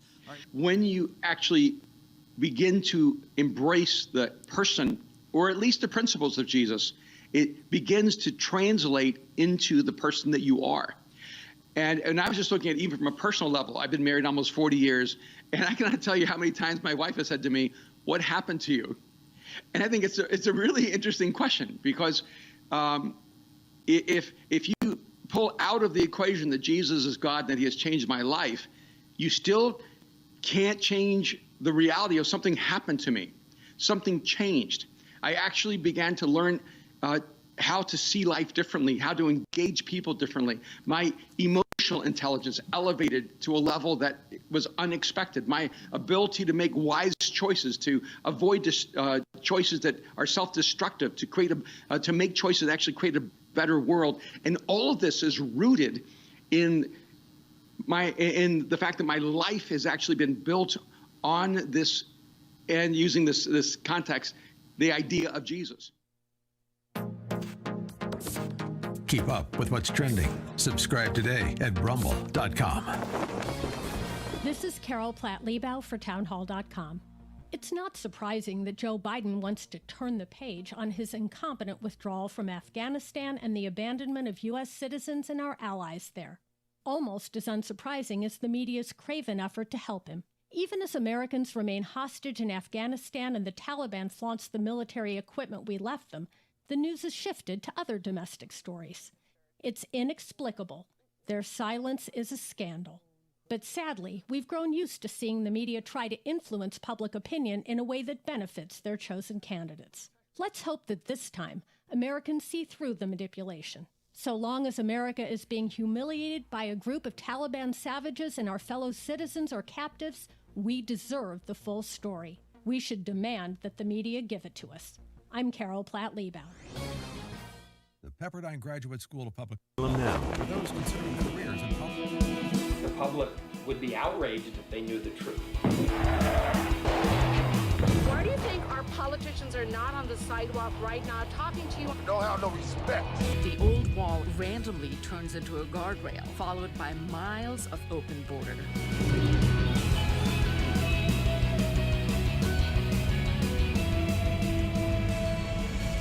Human trafficking brought. That journey is extremely dangerous. The 7-year-old girl died in the desert. From the country of India. A great pillar of the community was killed by a man who had been deported at least twice. This little urn contains the ashes of my son. His dreams cut short forever. We're so worried about other countries' problems, and we don't even focus on our own.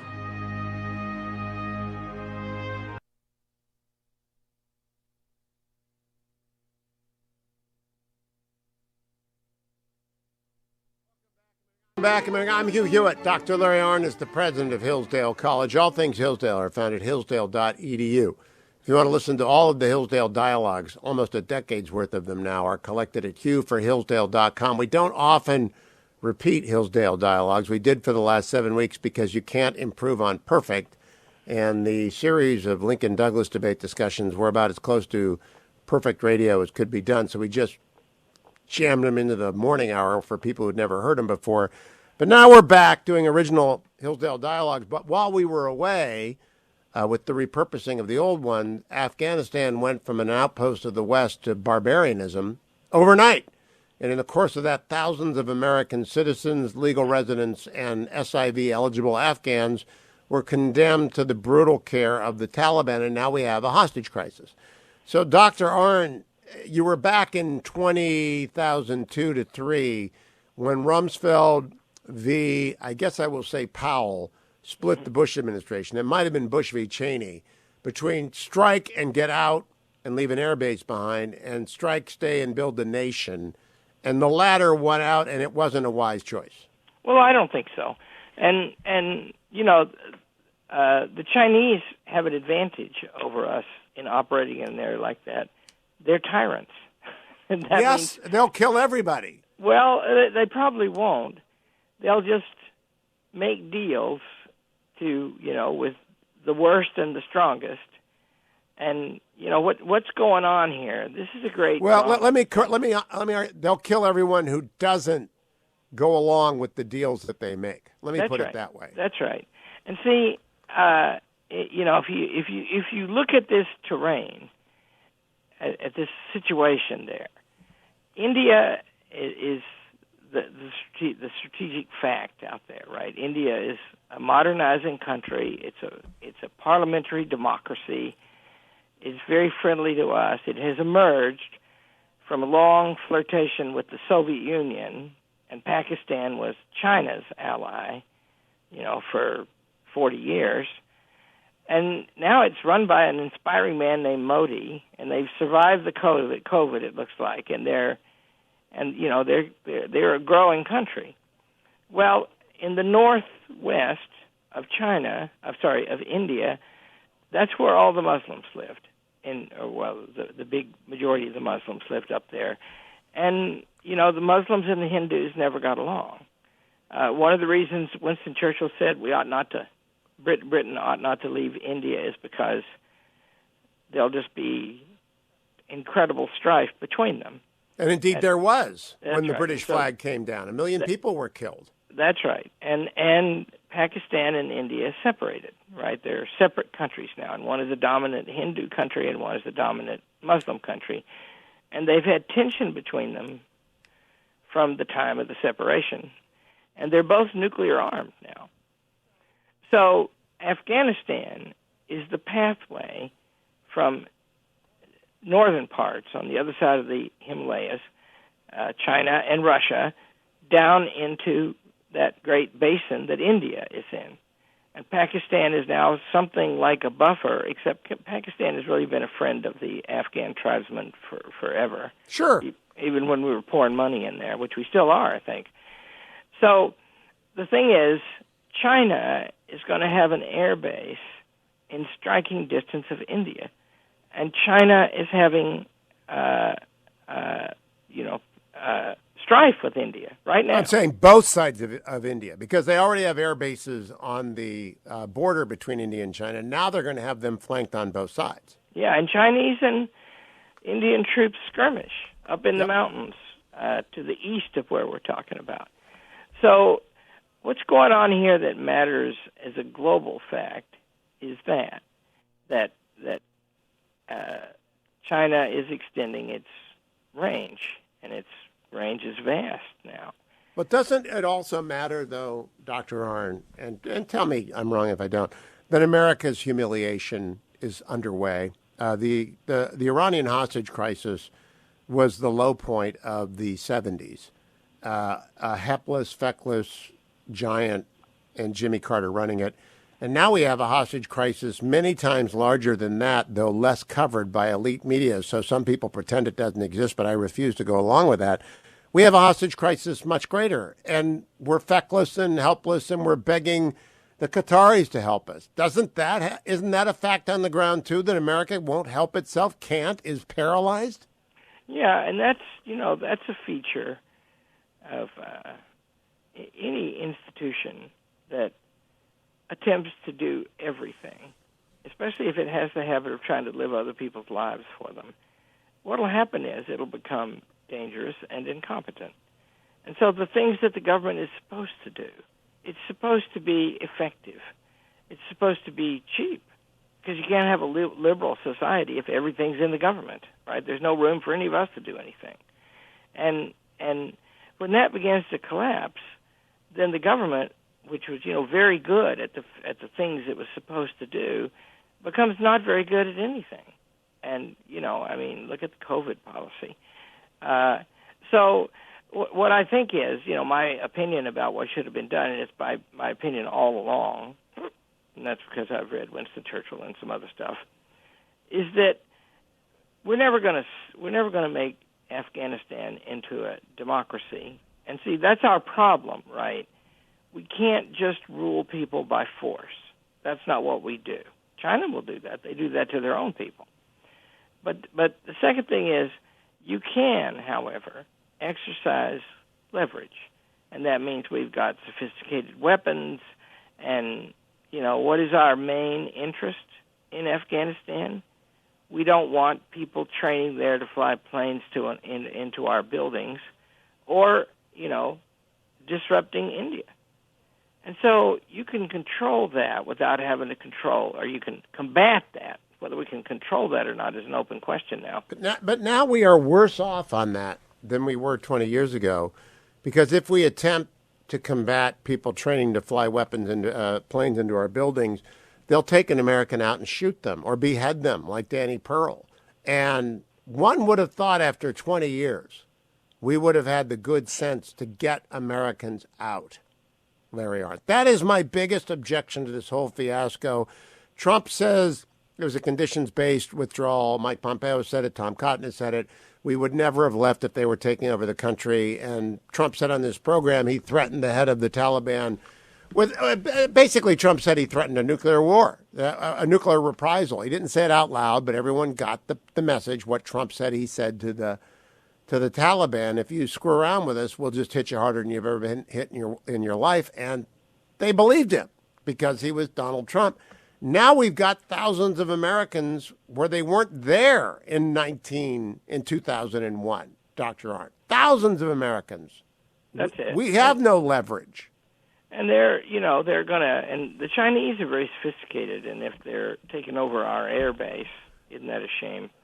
Then they're going to give those guys good advice too. They're going to be competent, and we're not. And see, another thing is that we won the Second World War. We think. Well, we did. We were very important to winning it. But we're the greatest nation on earth, right? And we're a power now, and that's not necessarily good for a people, because we grow up and we're like rich kids. We have this legacy, and we never really earned any money. And so we thought, Woodrow Wilson thought, and George W. Bush participating in channeling his spirit thought, we can build democracy in Afghanistan. And the trouble with that is democracy is something people do for themselves, right? And so that's hard to make happen unless they want to. Now, in the case of Germany and Japan, you have to understand the difference, right? They attacked us, and we leveled the place. We really did clear away just about everything that was there. And Germany, of course, had a rich legacy of civilization, and Konrad Adenauer, who ran Germany immediately after the Second World War, he was a great man. And what he did was appeal to the better angels of the German nature, and they, returned to their civilized ways. The Japanese sort of had to start over, but they did, right? And that's because the greatest war effort in history cleared the way for that. Well, we can't do that all the time. We can't do that everywhere or all the time. And so what you're looking for is leverage, right? You're looking, if you just read Winston Churchill or any great thinker about these things, strategy is a synonym for economy, right? The strategic thing to do is the thing that gets you what you must have at the lowest possible cost. And we have not, boy, have we not done that. No. When we come back. And we've ended up with nothing, see? Worse than nothing. We've ended up with Americans in the Taliban's hand, which was not the case 20 years ago. When we come back, a different subject for our week back with Dr. Arnn, the Wall Street Journal reporting during our time off on the crisis among American boys. Don't go anywhere. Dr. Arnn tells us about that when we return to the Hugh Hewitt Show. I do want to tell you all that before I come back with Dr.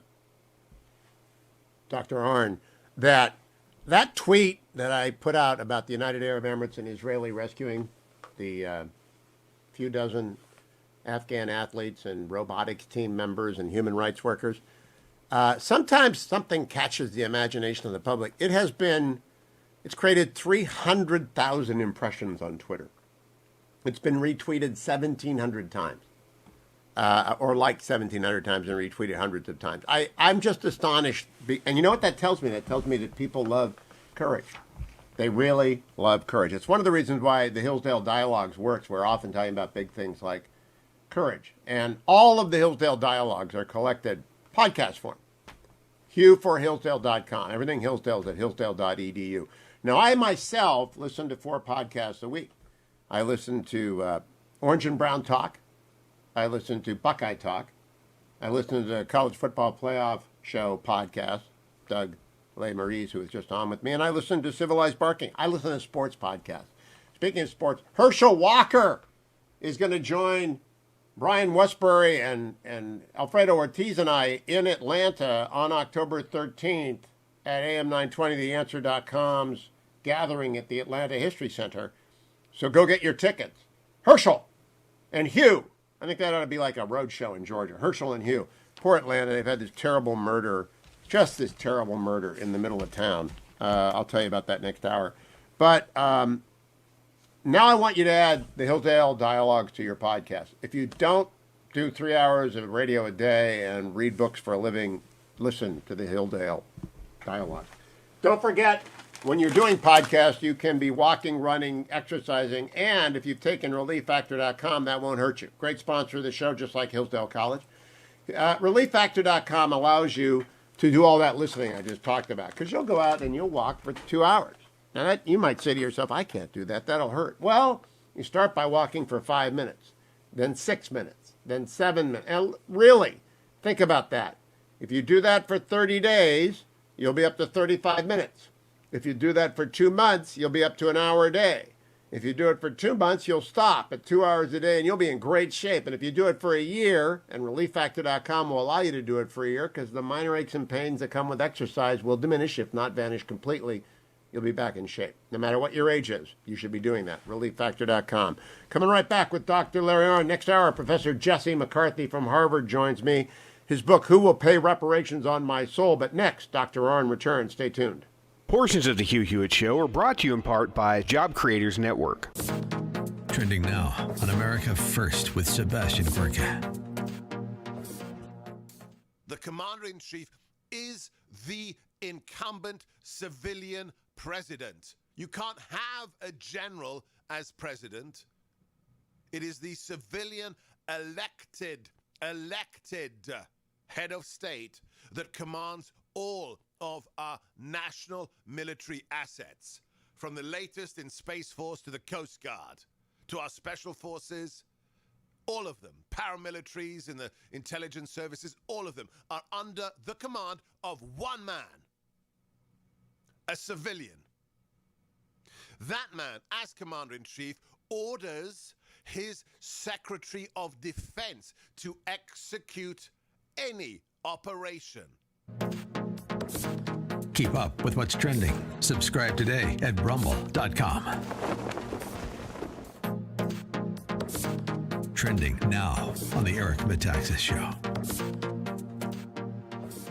So I wrote this book at first going, the genius of Jesus is this. Every other genius that we've ever seen expressed in human history is not transferable. If you spend your life with Mozart, you will not become a composer. If you spend your life with Picasso, you will not become a painter. If you spend your life with Steph Curry, you will not become a three-point shooter. Whatever the genius is, it is not transferable, and that is the most frustrating thing about genius. Wait, so then I shouldn't go to the basketball camp? You're telling me, if I can get my money back? It's probably too late for you. And but I just thought if I hung around with tall people, I would get taller. I bought into this nonsense. When you actually begin to embrace the person, or at least the principles of Jesus, it begins to translate into the person that you are. And I was just looking at even from a personal level. I've been married almost 40 years, and I cannot tell you how many times my wife has said to me, "What happened to you?" And I think it's a really interesting question, because if you pull out of the equation that Jesus is God and that he has changed my life, you still can't change the reality of something happened to me. Something changed. I actually began to learn how to see life differently, how to engage people differently. My emotional intelligence elevated to a level that was unexpected. My ability to make wise choices, to avoid choices that are self-destructive, to create to make choices that actually create a better world. And all of this is rooted in the fact that my life has actually been built on this, and using this context, the idea of Jesus. Keep up with what's trending. Subscribe today at rumble.com. Streaming on Salem Now. The Democratic Party somehow has convinced black people that they're the good guys. Never mind the skanky history of the Democratic Party. That was a party of slavery. He said, listen, I gotta give these niggas enough. Not too much, but enough that I have them voting Democrat for the next 200 years. The race grievance industry would have you believe that blacks get up and think about nothing else except race. If I tell you this is racist, yeah, I would get you emotional. There is a whole big cottage industry for racism. If racism went away, a lot of people would be unemployed.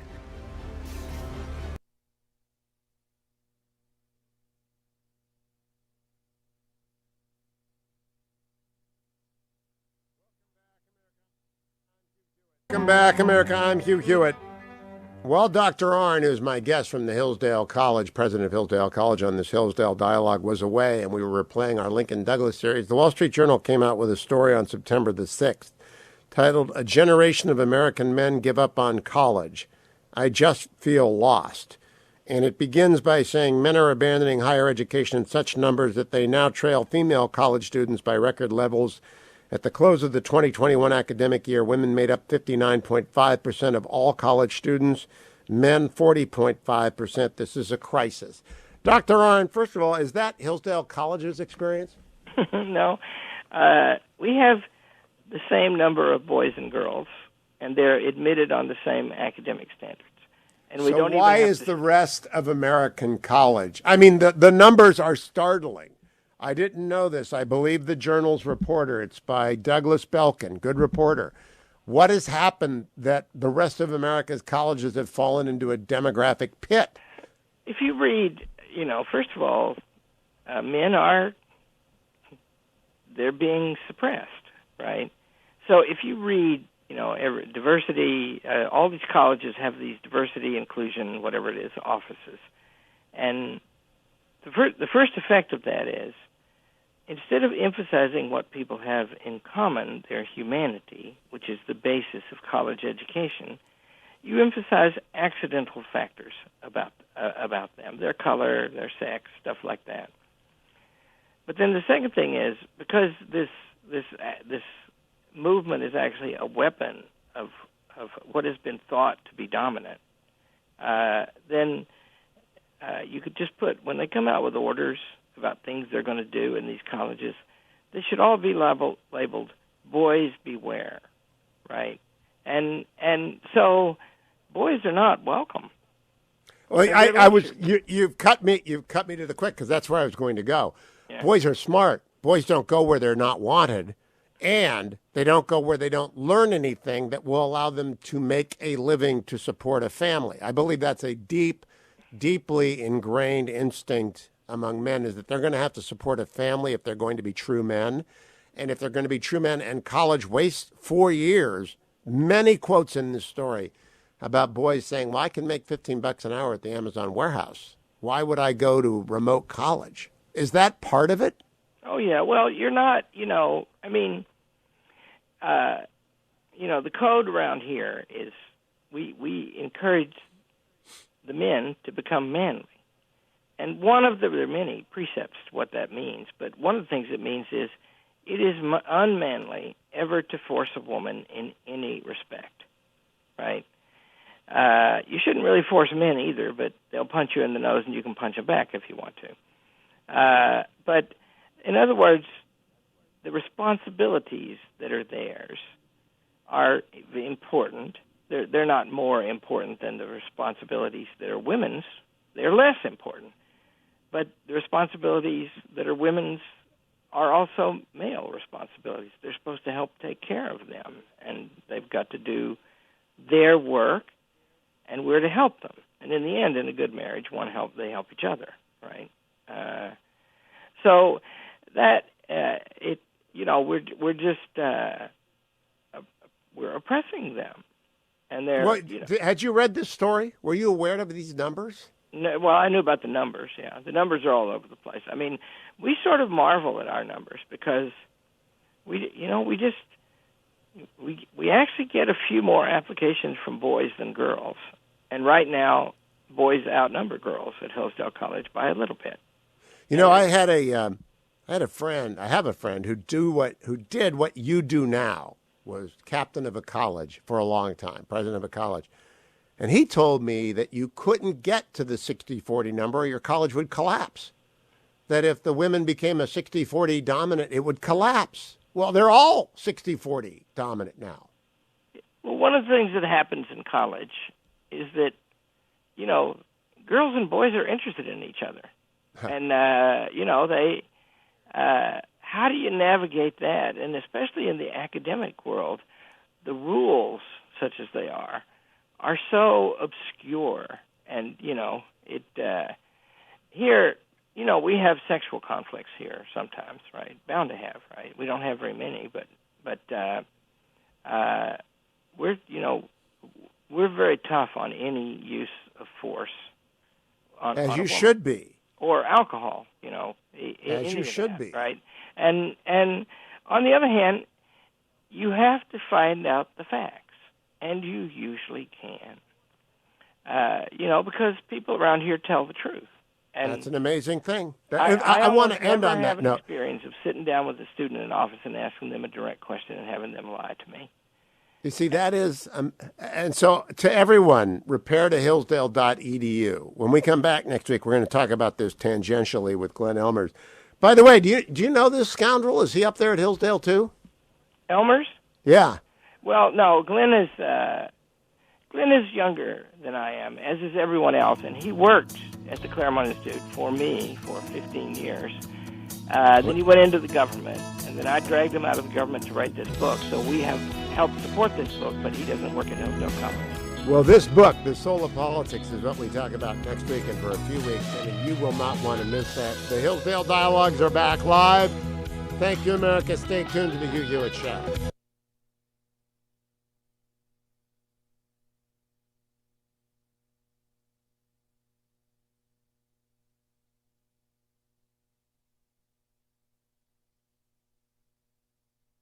Trending now on the Charlie Kirk Show.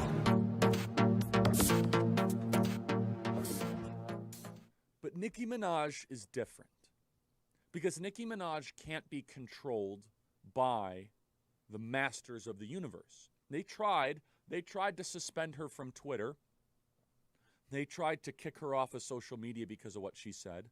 Producer Connor tweeted something out where he said Nicki Minaj is based or Nicki Minaj is right, and he lost access to his Twitter account for 12 hours. You see, that is what this regime is doing.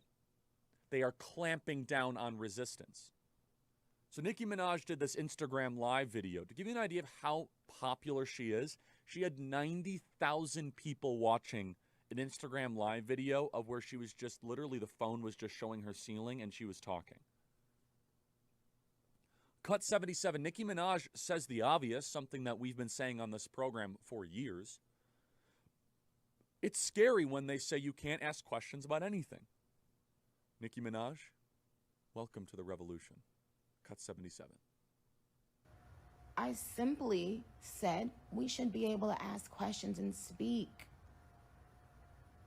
And it's scary when they start telling you you can't ask questions about anything.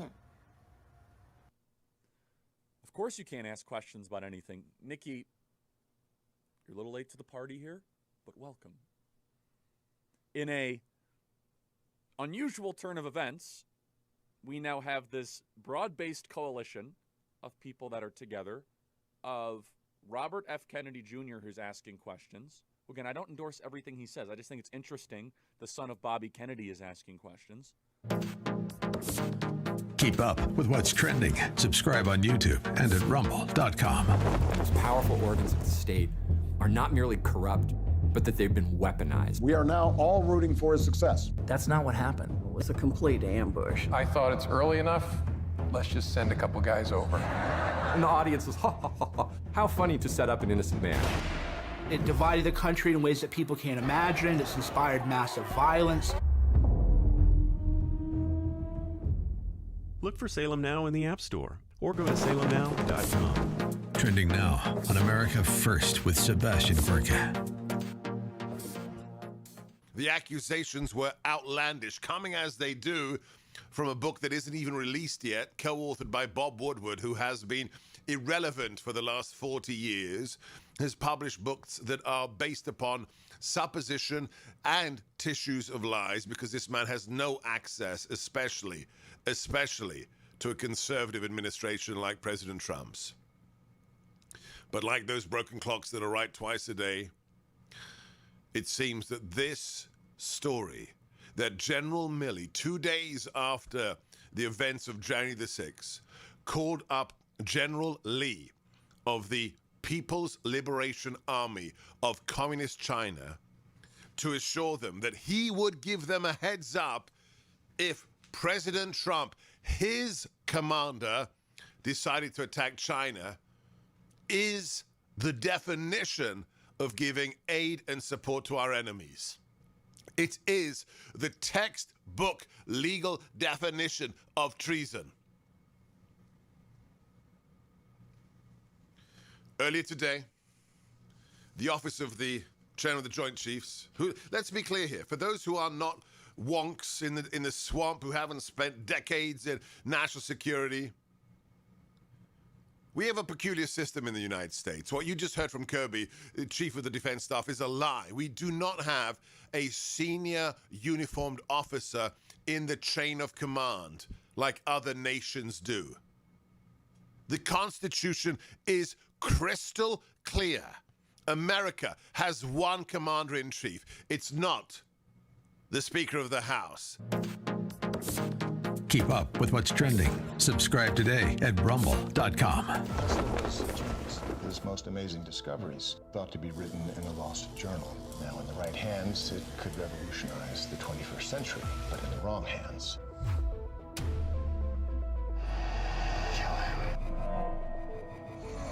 Jump.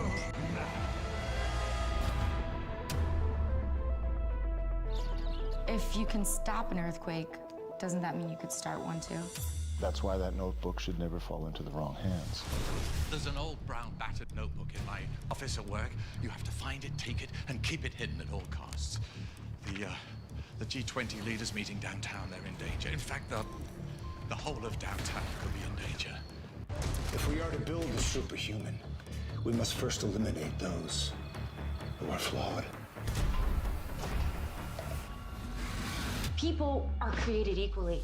All of downtown The high-rises were built on rollers to withstand horizontal shakes. A vertical quake this size could collapse half of downtown. We have commenced the countdown. Shall we stop this thing? Save the universe!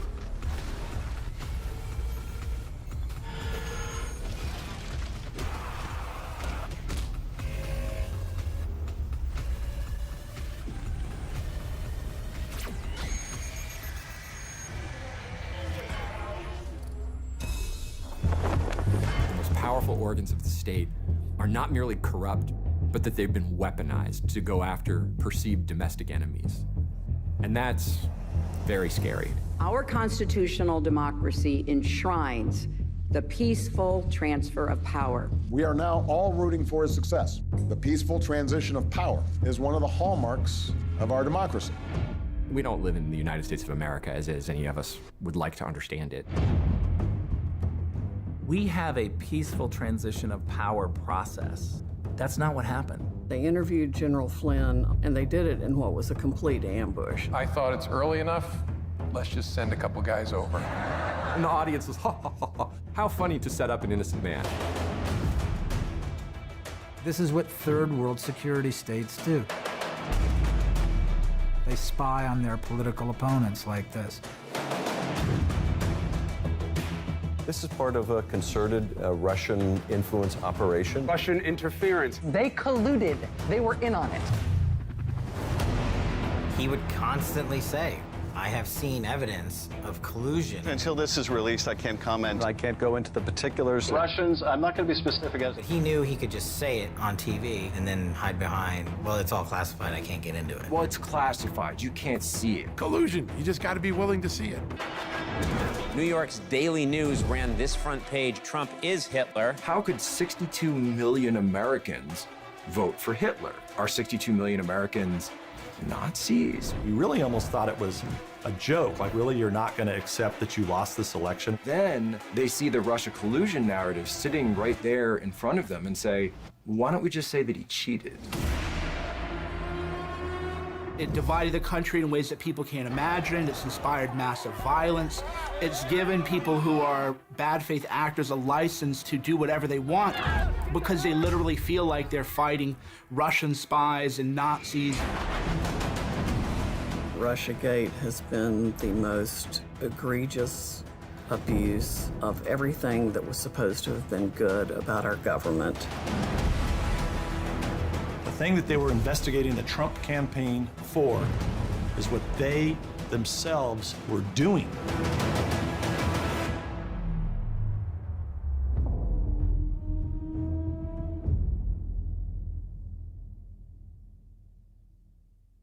Streaming on Salem Now.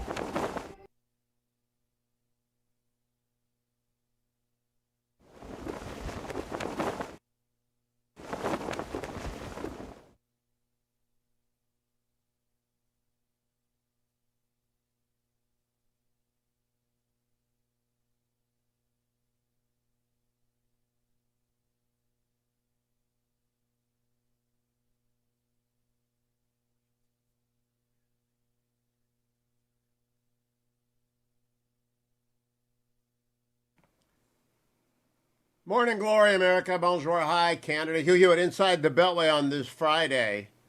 I must tell you, I'm very rarely stunned. If you've been listening to this radio show for 20 years, or I've been on the air for 30 years, 32 years, actually. If you've been listening to me I'm just very rarely stunned. Nothing much new happens. But I think Congresswoman Wagner from Missouri will agree with me that this migrant business under the Texas bridge. I was going to talk to you exclusively about Afghanistan, Congresswoman, but now I see thousands of migrants from Haiti under a Texas bridge. What do you think? Oh, it's outrageous. You realize, Hugh, that, and first of all, it's great to be with you and your listeners. I can tell you, I was down in the Rio Grande Valley and I spent time down there. We've had over nearly 1.5 million illegal migrants come across our southern border since Joe Biden stopped the Trump policies and opened our borders to catch and release, and they're coming in droves because the court is getting ready to put back in place the Remain in Mexico policy that worked so well, and they're flooding us. And those are the ones we're apprehending, Hugh. There are many others that are dead. The reason this stuns me, I am applauding America's decision to admit 37,000 Afghan refugees because we absolutely screwed the Afghan people who depended upon us. And that's what refugees are for. The Taliban will kill them. The Haiti exodus, these Haitians went to South America first and then moved up to Central America, and they're heading to the United States because they perceive that the Biden administration has set all alien free. And we've got this, we can't take the people we should take because we're getting people that shouldn't be coming here, Congresswoman. It's kind of catastrophic. I think the Biden administration may be in effective collapse. Do you agree with me? I do agree on every issue, whether it has to do with just a mess at the border and the fact that they have turned a blind eye to it. They won't speak about it. They won't recognize it.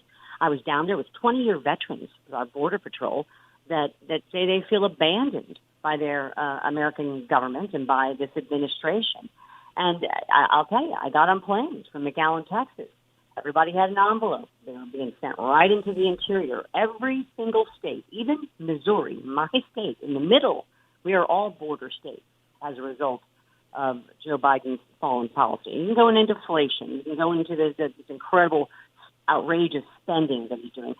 Afghanistan, which, I did a hearing on earlier this week, is and remains an absolute shameful disaster. And let's pause on that. That's why I wanted to get you on. I watched and applauded your statement to Secretary Blinken because you were angry. And I'm glad somebody was angry with him. Nobody has resigned. You said he should resign. Many members of Congress said he should resign. Has anybody resigned? Do you expect anybody to resign over what is a debacle? I don't. In fact, what we heard from Secretary Blinken at the hearing that we had in the House, and then again the second one in the Senate, was just the blame game and dodge. And we. They don't. He says he'll take personal responsibility. Well, if he takes personal responsibility, the buck should stop with him, and he should resign. They double down on the fact that they believe this was a success, Hugh, at a cost of 13 American lives, $85 billion of our extreme military equipment, that's top notch, our Bagram Air Base, our U.S. Embassy, our credibility with our allies, and as you said, the Afghans who stood and fought with us, who fought with my son who served time over in Afghanistan, and our national security and the safety of our homeland. I told him, make no mistake, this inept withdrawal has left America and the world a much less safe place 20 years after September 11th. He went on. He blames the Taliban. He said at least 3 times to me, the Taliban made it clear. The Taliban made it clear. Clear of what? That we had to withdraw or they would escalate. He blamed it on Putin, who's now dictating our counterintelligence. He blamed it on NATO. He blamed it on Trump. And when I said, do you take any personal responsibility for this disastrous withdrawal, or do you still want to call it a, quote, success? He went on to say it was the right thing to do, and that he stood by it. He takes responsibility, and I said, resign then. And he filibustered over you. I was really angry because you are allowed to reclaim your time as a Congress member, and you said I reclaimed my time, and he wouldn't shut up. And because I think he knew it was coming. I heard you over his talking saying, then resign. Good for you. Well, I appreciate that, and I feel very passionate about this. I spent the better part of the last 2 weeks, this community here in the greater St. Louis metro area is in mourning. Yesterday, we buried Lance Corporal Jared Schmitz, a Wentzville, Missouri native, a selfless hero who died as a Lance Corporal in the Marine Corps at 20 years old. He enlisted and had his parents' signature, enlisted at 17 years old. And when I sat with his parents over the weekend, on September 11th, actually, at the visitation, they told me, his father told me, he wants answers. He wants accountability. And I told him I would start the day on Monday morning, and we did. And I will after Off air, I have something to tell you, and so don't go away after we go off the air, because I can't say it on the air, but I want you to know about it. I did not know that your son served. Which branch of the military is he in, or was? He was in the Army. He had attended West Point as a result of September 11th, like so many young men and women did. They stepped up to the call of duty, and he went on to branch infantry. He was an Army Ranger, and yes, he served in Afghanistan. And this mother spent wakeless nights, as every other mother, wife, family member, father, on my knees, praying for his safety and security and that of our other service members. And what happened here at the end with Joe Biden and Anthony Blinken outsourcing the safety of our military that were patrolling and protecting the Kabul airport. They outsourced their security to the Taliban, to brutal terrorists. It is outrageous. And I'm telling you, they were given a plan.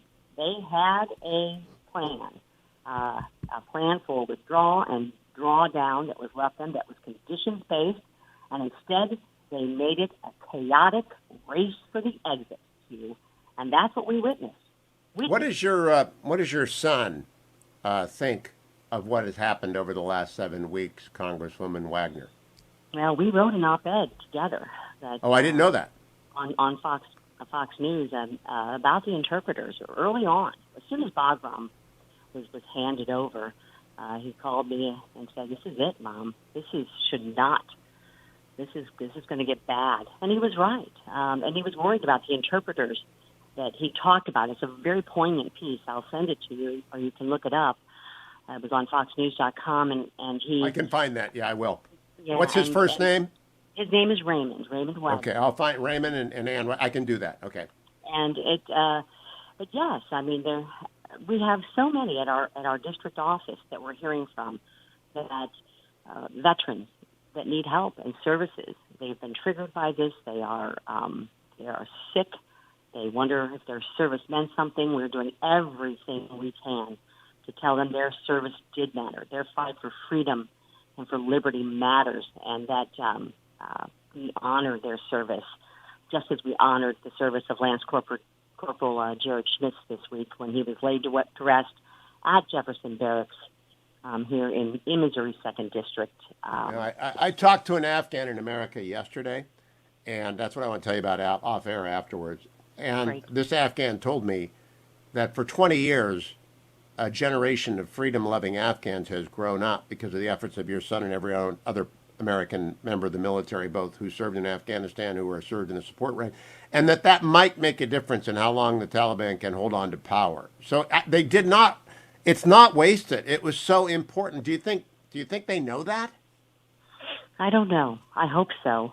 I know they've been dealt a bad blow now. I've seen it among my own colleagues who fought in the military. They're now serving in Congress. I see it with my own son. I see it with the veterans that are contacting our office. They're upset. And again, they want answers. They want accountability. Secretary of State Blinken should resign. He should resign, and there needs to be a full-on and ongoing investigation. And I'm insulted and outraged that they call this a success. You and me both. Representative Ann Wagner from Missouri 2nd Congressional District. You can follow her on Twitter at Rep. Ann Wagner, Wagner. I'll talk to you in just a moment, Congresswoman. My op-ed on the shame of America is over at thewashingtonpost.com. We have to own this, and Ann Wagner does, and God bless her for that. I'll be right back, America Live from the Beltway. It's the Hugh Hewitt Show. Portions of the Hugh Hewitt Show are brought to you in part by Job Creators Network. Trending now on the Mike Gallagher Show. If we would just offer the facts, how about this? Unemployment during Trump's term was better. minorities were doing better. Everything was better, Paul. The border was better. Yes, The military, our world standing was better. But the problem is, but unfortunately, but unfortunately, we got people like you who muddy the waters and then say, but the guy who brought all of that to us was a borderline deranged nut who was about to nuke China. See, that's the problem. You're music. Putting words in my mouth. You're putting words in my mouth. No, we're not. We all heard. We heard your words, Paul. We're listening to your words. Your music to Trump, to the anti-Trump world's ears. Your music to the Democrats' ears. I think that's probably why Milley thought he could get away with this, because there's a lot of people who will give him cover, and anybody who gives any space or any comfort to the ridiculous notion that Trump did anything to make anyone think he was a deranged, maniacal guy who was possibly capable of bombing China, you're giving aid and comfort and quarter to them, Paul. You're their best friend. Well, I believe that if we would just give can you imagine being in a debate with Joe Biden and saying, folks, look, if you think the withdrawal from Afghanistan was done well, if you're happy with the way we're going, then vote for Joe Biden. If you think that we are moving in the wrong direction, my point is we have that Green and that other guy who's having... Keep up with what's trending. Subscribe on YouTube and at rumble.com. Trending now on The Charlie Kirk Show. When black celebrities dare to defy the orthodoxy and status quo, they are immediately torpedoed by the machine. Kanye West, Nicki Minaj, you see what they tried to do to many different black athletes that speak out against forced vaccinations. Nicki Minaj has realized that this regime does not answer questions. They operate with force. This is not a government that persuades people. They are a coercive regime. The First Amendment of the United States protects the things that we are as human beings. We are talking beings. We are thinking beings. We are worshiping beings. Keep up with what's trending. Subscribe on YouTube and at rumble.com. Streaming on Salem Now. The public would be outraged if they knew the truth. Why do you think our politicians are not on the sidewalk right now talking to you? Don't have no respect. The old wall randomly turns into a guardrail, followed by miles of open border.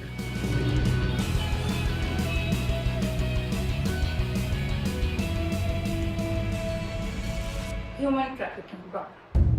That journey is extremely dangerous.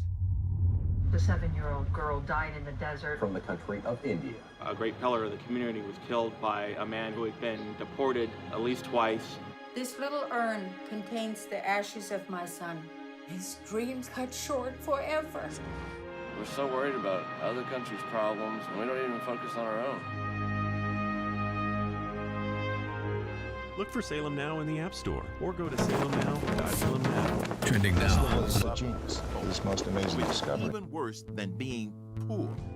We would have sandwiches with no meat. My American dream entailed working hard and making $20,000 a year. But I surpassed that goal and became a corporate CEO. We'll all be able to say, free at last, free at last. Look for Salem Now in the App Store or go to Salem Now. Streaming on Salem Now. The public would be outraged if they knew the truth.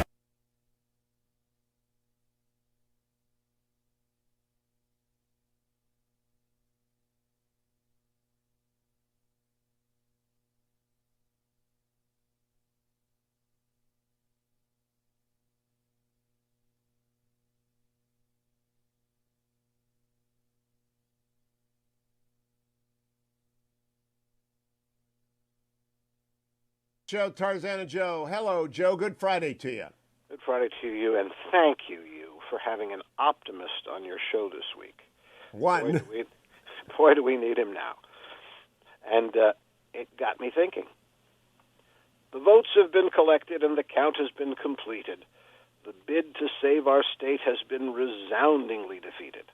It's wrong to hang your head and say, I guess there's lots of jerks here. You have to do the homework and figure out what works here. What lessons can be learned from this? What future is this presaging? I think I've got the answer, friends. It's all about the messaging. Oh. We need to take their talking points. We need to start today. Then go beyond their promises, and this is what we say. Your taxes are enormous now. We'll make sure they're increasing. But we won't spend a penny on the roads or on policing. We promise you can keep about a third of what you earn. We'll stop the forest fires when there's nothing left to burn. Think about the public schools. There's so much that's in play there. We've made it to the bottom, and I vow we're going to stay there. We're spending more on homelessness than any time before, and if you like the homeless, we'll promise there'll be more. Little lambs, we love you. This way to the slaughter. Tomorrow we'll be rationing your power of food and water. I've got to do more research. My work has just begun. But it's a winning platform, because this is what just won. That's I Can't Recall by Tarzana Joe. Oh, I love the title. I can't recall. I also love presaging and messaging.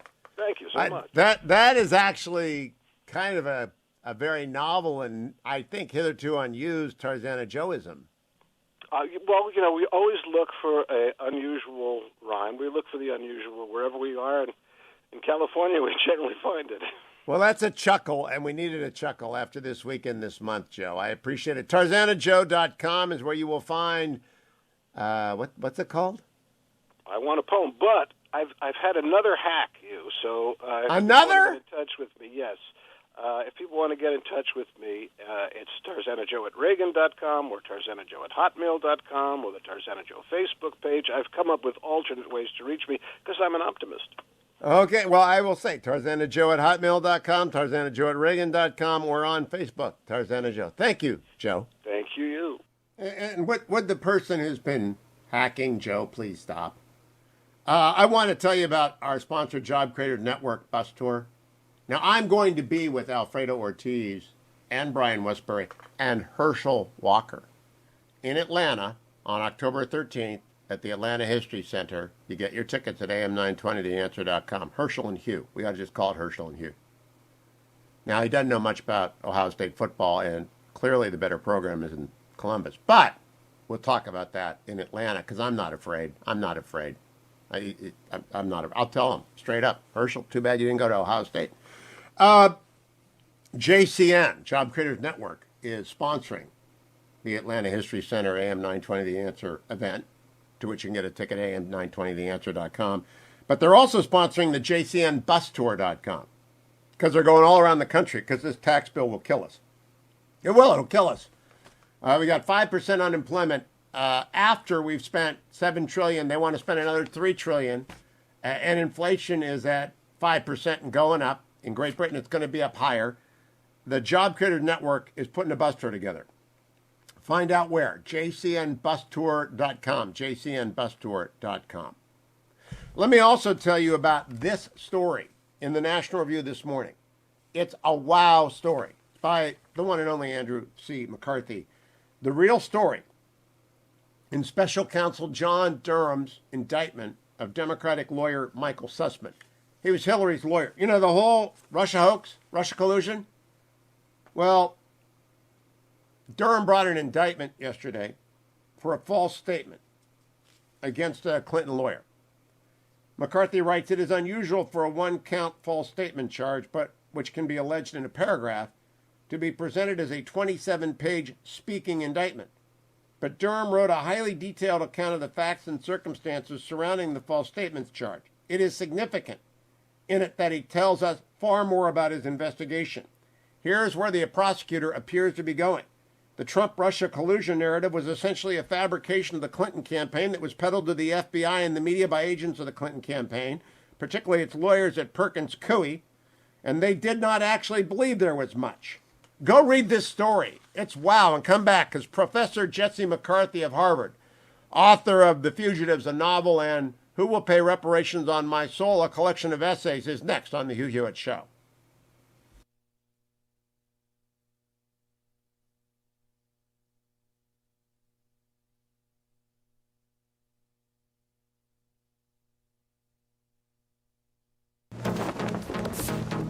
Trending now on America First with Sebastian Gorka. The commander-in-chief is the incumbent civilian president. You can't have a general as president. It is the civilian elected head of state that commands all of our national military assets, from the latest in Space Force to the Coast Guard, to our special forces. All of them, paramilitaries in the intelligence services, all of them are under the command of one man, a civilian. That man, as commander-in-chief, orders his Secretary of Defense to execute any operation. Keep up with what's trending. Subscribe today at rumble.com.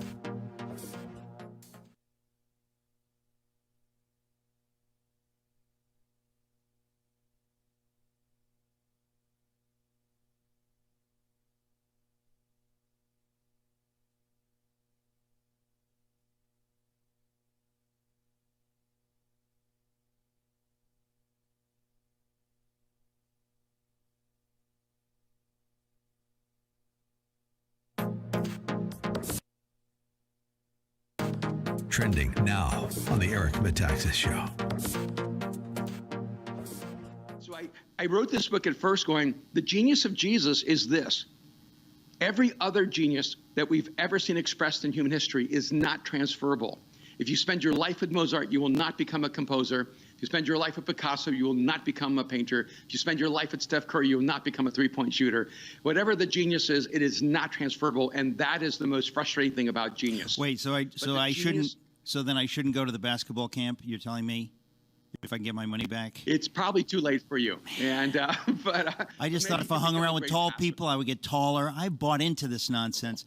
When you actually begin to embrace the person, or at least the principles of Jesus, it begins to translate into the person that you are. And I was just looking at, even from a personal level, I've been married almost 40 years, and I cannot tell you how many times my wife has said to me, what happened to you? And I think it's a really interesting question, because if you pull out of the equation that Jesus is God, that he has changed my life, you still can't change the reality of something happened to me. Something changed. I actually began to learn how to see life differently, how to engage people differently. My emotional intelligence elevated to a level that was unexpected. My ability to make wise choices, to avoid choices that are self-destructive, to create to make choices that actually create a better world. And all of this is rooted in the fact that my life has actually been built on this, and using this context, the idea of Jesus. Keep up with what's trending. Subscribe today at rumble.com. Streaming on Salem Now. The Democratic Party somehow has convinced black people that they're the good guys. Never mind the skanky history of the Democratic Party. That was a party of slavery. He said, listen, I gotta give these niggas enough. Not too much, but enough that I'll have them voting Democrat for the next 200 years. The race grievance industry would have you believe that blacks get up and think about nothing else except race. If I tell you this is racist, yeah, I would get you emotional. There is a whole big cottage industry for racism. If racism went away, a lot of people would be unemployed. The mob during the Minneapolis riots following the death of George Floyd. A bunch of white thugs, frankly, burning down the city's traditional black and Asian business district. They're racist, racist, racist, racist, racist. Everything's racist. Look for Salem Now in the App Store, or go to Salem Now. His most amazing discoveries, thought to be written in a lost journal. Now, in the right hands, it could revolutionize the 21st century. You can stop an earthquake. Doesn't that mean you could start one too? That's why that notebook should never fall into the wrong hands. Shall we stop this thing? Save the universe!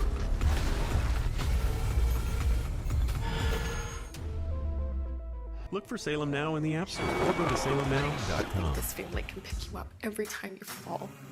Every time I take one step forward. Well, Wright came in this morning. He wants to fight you. No one expected this out of him. Look for Salem Now in the App Store or go to salemnow.com.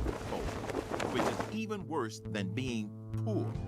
We would have sandwiches with no meat. My American dream entailed working hard and making $20,000 a year. But I surpassed that goal and became a corporate CEO. We'll all be able to say, free at last, free at last. Look for Salem Now in the App Store or go to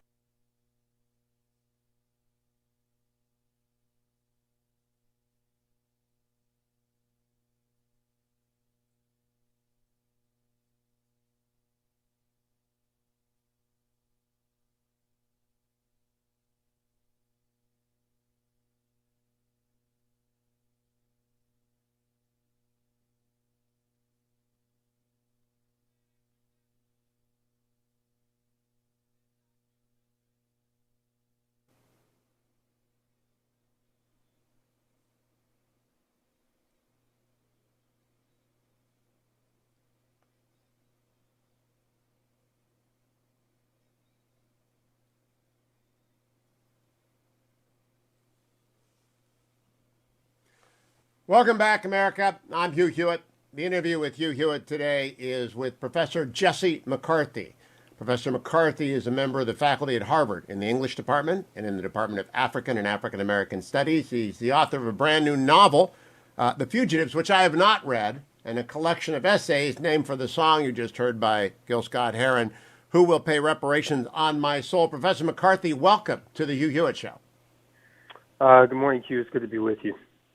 Thank you for joining me. I want to give you a quick bit of background. I have not read The Fugitives yet. I am going to read it now. I have read 3/4 of Who Will Pay Reparations on My Soul because I heard about it for the first time. I heard about you for the first time 2 weeks ago when my Presbyterian pastor, I'm an evangelical Roman Catholic Presbyterian, which means I go to Mass on Saturday and to Presbyterian church on Sunday.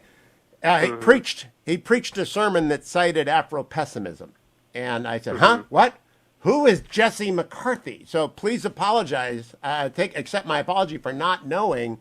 But you're quite the force of writing, my friend. And I have been moving through, and we are not rushed through Who Will Pay Reparations on My Soul. Can I begin by asking, are you surprised that I don't know much of this? I'm a 65-year-old white man who's been in broadcast for 30 years. I'm a Harvard graduate and a University of Michigan Law School graduate. I've covered race and politics for 4 decades, and I just don't know a lot of this. Well, look, I think there's a lot to unpack there. First of all, thank you for having me on. I appreciate it, and I appreciate your interest in the book, and I'm glad to know and to hear that the book is circulating and, even being, discussed in church, which is, fantastic from my point of view. One thing that, I'll say is that in terms of folks encountering stuff that they may feel like, hey, I never heard about this before, or I never learned about this in school, that's a reaction that I get across the board. I also get that reaction when I teach here at Harvard from students who, not all of them, but many of them, will have come to the university after having gone to excellent schools, not always, but not infrequently private schools with considerable means and advanced courses and so on and so forth, but arrive in my classroom, for example, knowing not a great deal about the history of Reconstruction in the United States of America, which is a pretty important piece of our history that sometimes you would expect somebody who's taken, AP advanced placement in American history would know a considerable amount about. There's a lot of cultural history that sometimes we may think we know, but sometimes gets, slips through the cracks. I teach a lot of African American literary history. That's my specialty, and there's a great deal of work from not only the 19th century but the 20th century as well that you might think would have sort of entered into more common knowledge and sort of seeped into general awareness, but it's just not the case. And one of the reasons that I love the essay as a form is it allows me to kind of range very freely and kind of get things in, while I'm on my way pursuing a certain train of thought. And so I always think of my essays as functioning both as in the traditional sort of sense that Montaigne gives to it of an attempt to try and figure something out for oneself in thought, in words, in writing. But I also sort of sneak in, if you will, a kind of pedagogical imperative where I'm trying to share essentially as much knowledge as I have, because I feel extremely privileged and fortunate to have had the opportunity to learn so much. I've had, I went to graduate school. I had years in which I had time to really, read in depth and read whatever I wanted and go through archives and do research. And, the essay for me is also, among other things, an opportunity to kind of put some of that knowledge back into circulation. It works. Now, you mentioned Montaigne. You mentioned Montaigne. I began this week the interview with Hugh Hewitt, which is the long-form interview on this radio show and in my podcast, with Professor Harvey Mansfield, who was deeply impactful on my life as a student, and my senior thesis was on Montaigne. I say Montaigne, you say Montaigne. That goes back 45 years in my life. And on his essays, which are still on my bookshelf. And then midweek, I had Andrew Sullivan on, who got his Ph.D. from Harvey. And I am not uncomfortable talking about anything with Harvey Mansfield or anything with Andrew Sullivan, because my life is in politics, and I read deeply in politics, both the theory and the practice of it. But when I come upon your essay on Toni Morrison, I will admit to you, I have never read a Toni Morrison novel.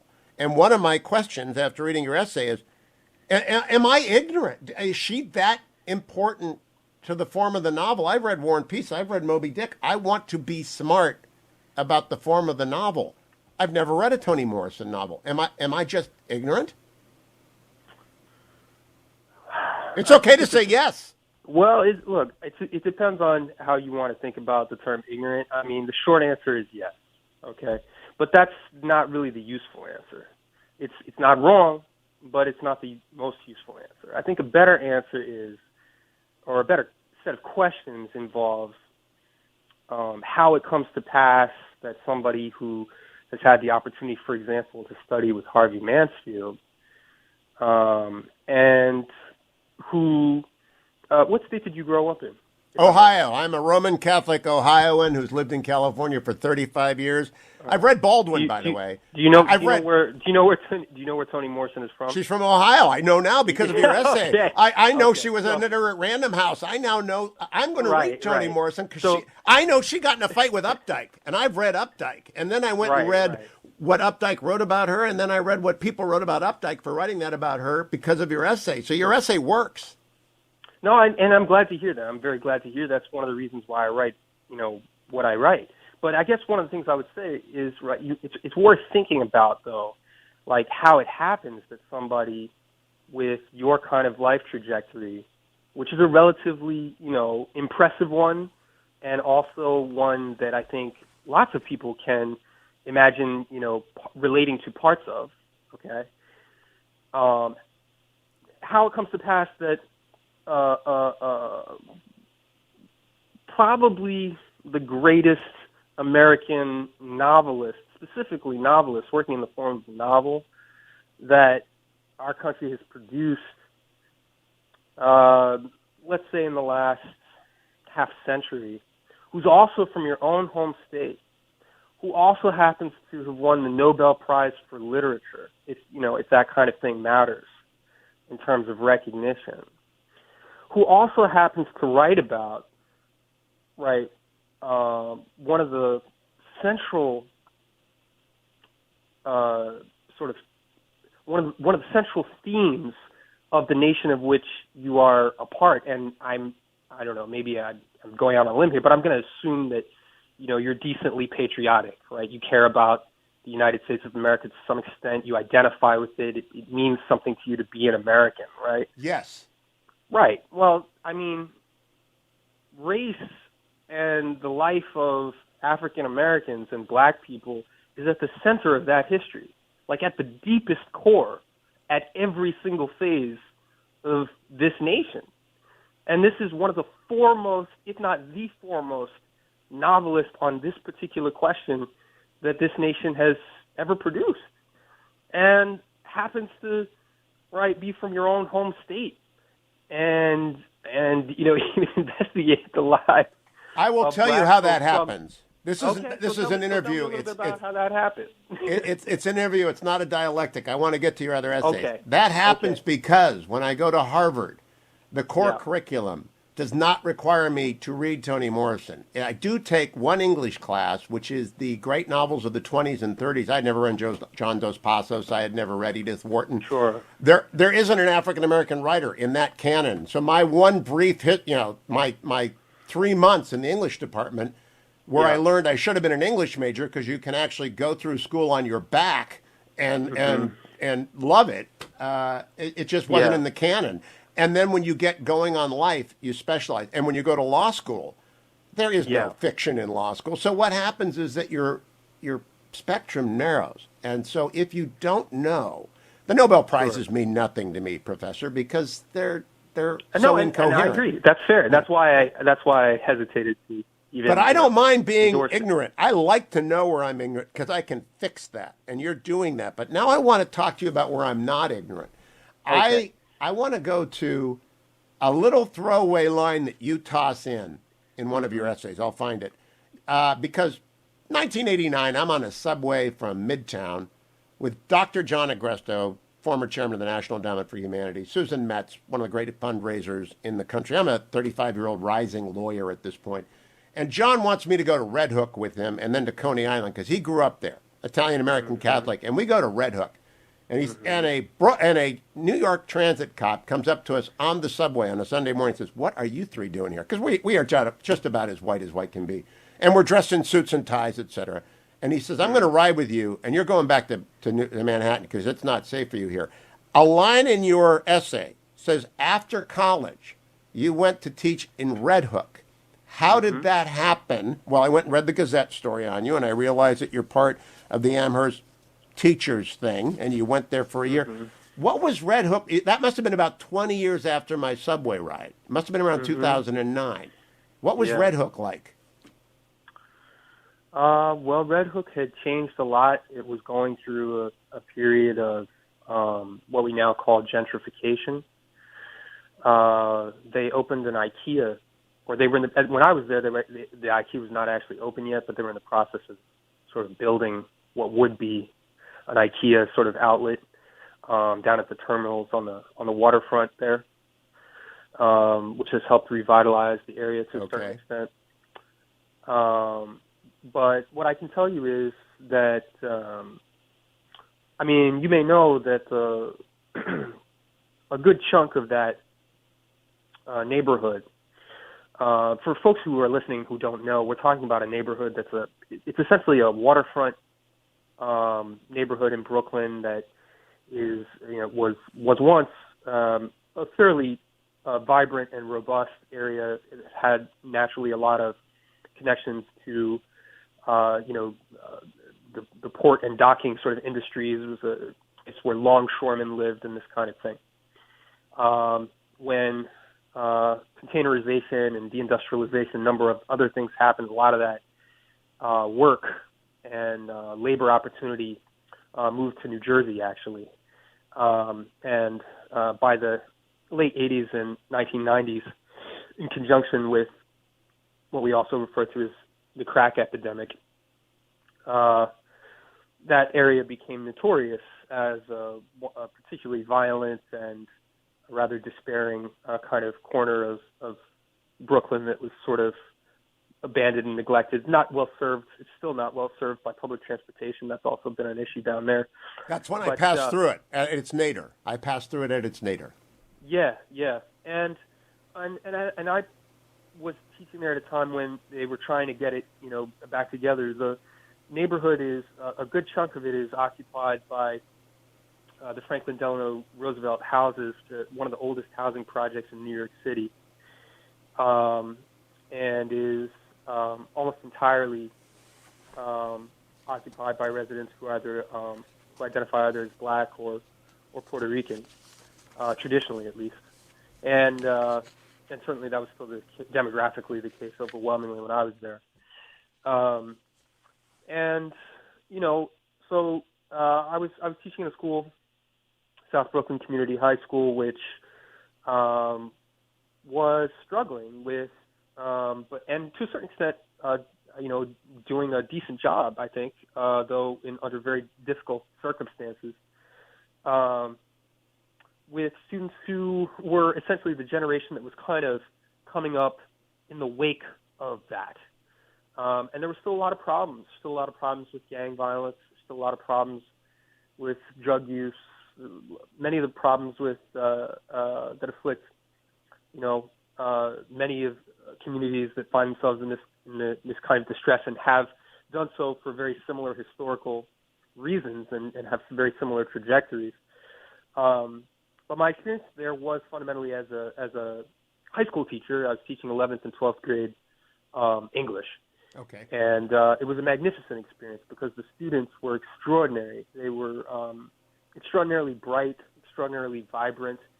And it was really there that I actually, it was that experience that made me sort of eventually apply to graduate school, because I knew that at a minimum I was going to enjoy teaching, because I really love to teach. And so I figured, you know, if I did end up getting a job in the academy, I knew I was going to like that part of the job. And so my interest and my feeling that I could do it, that I could be a teacher, and that I actually enjoyed doing it came out of that experience. You know, I would take your course for a lot of reasons. One, I can't imagine teaching James Baldwin along with Henry James, but I love the idea of it. But two, your trajectory is wild. I do not know where you're from or where you went to high school. I know that you went after Amherst to teach in Brooklyn. I know from the Gazette article, I want to read this to my audience. After I left, you wrote, or you said in an interview, I had some wandering years. I did odd jobs. I traveled. I lived in San Francisco doing catering. I came back to New York and worked at Book Culture, a bookstore near Columbia. I enjoyed it, and I was a good bookseller and eventually became a manager in my second year there. And I thought of other options. I was an English major in college, but I'd been out of school 4 or 5 years. So I went to the New York Public Library and did a lot of reading to find out what kind of conversations were going on in the field. And then you go on to become a professor at Harvard, and you write a book. I got to read The Fugitives, which from the reviews sounds to me like you put a lot of your experience into. But where did you grow up, and where did you go to high school? Yeah, well, this is going to be another curveball for you, Hugh. But really quickly, I should just say the title of the book, I know it's annoying, but the title of the novel is The Fugitivities. Like, oh my gosh, I'm sorry. No, that's not annoying. No, it's okay. It's okay. I knew this was going to happen when I gave it that title. So, and you know, my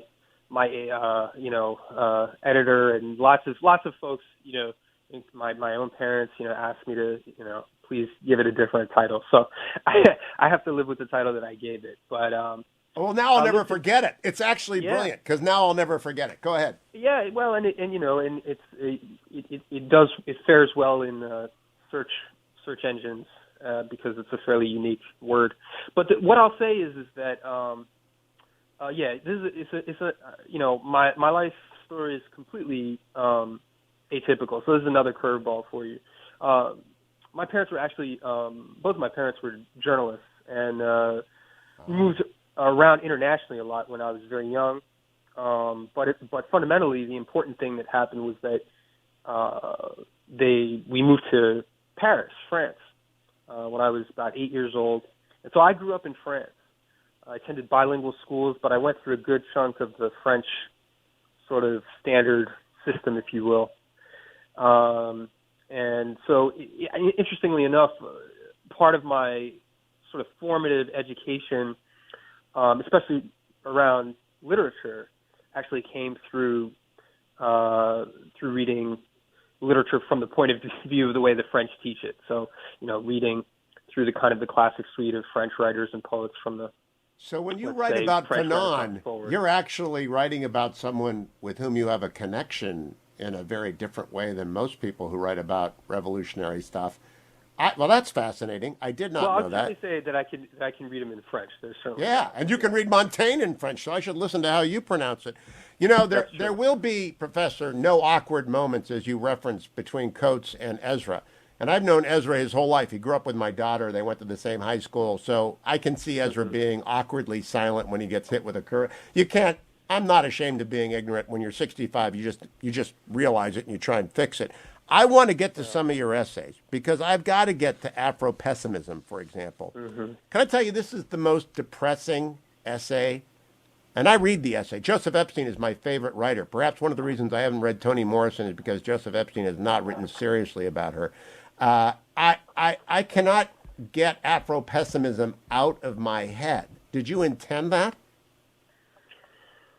Well, it's an essay that was,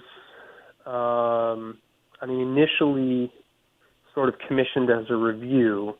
And I should say, again, for folks who are listening, and you can't presume that you're necessarily even familiar with the term, and I think we owe it to folks to sort of explicate things out a little bit. But you'd be a great radio host. You're exactly right.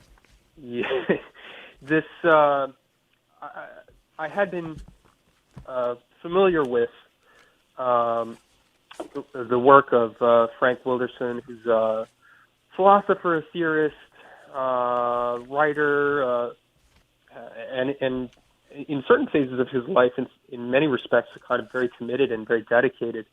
I would say more than just an activist, but really in many ways a kind of revolutionary. And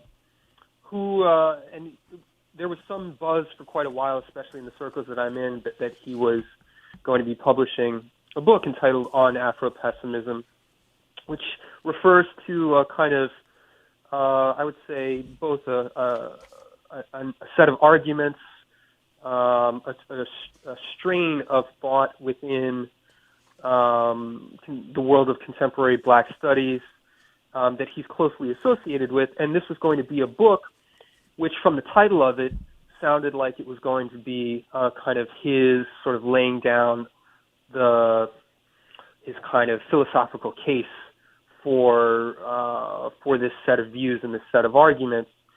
And there were folks who were interested in me reviewing the book. And so the piece begins its life out of that.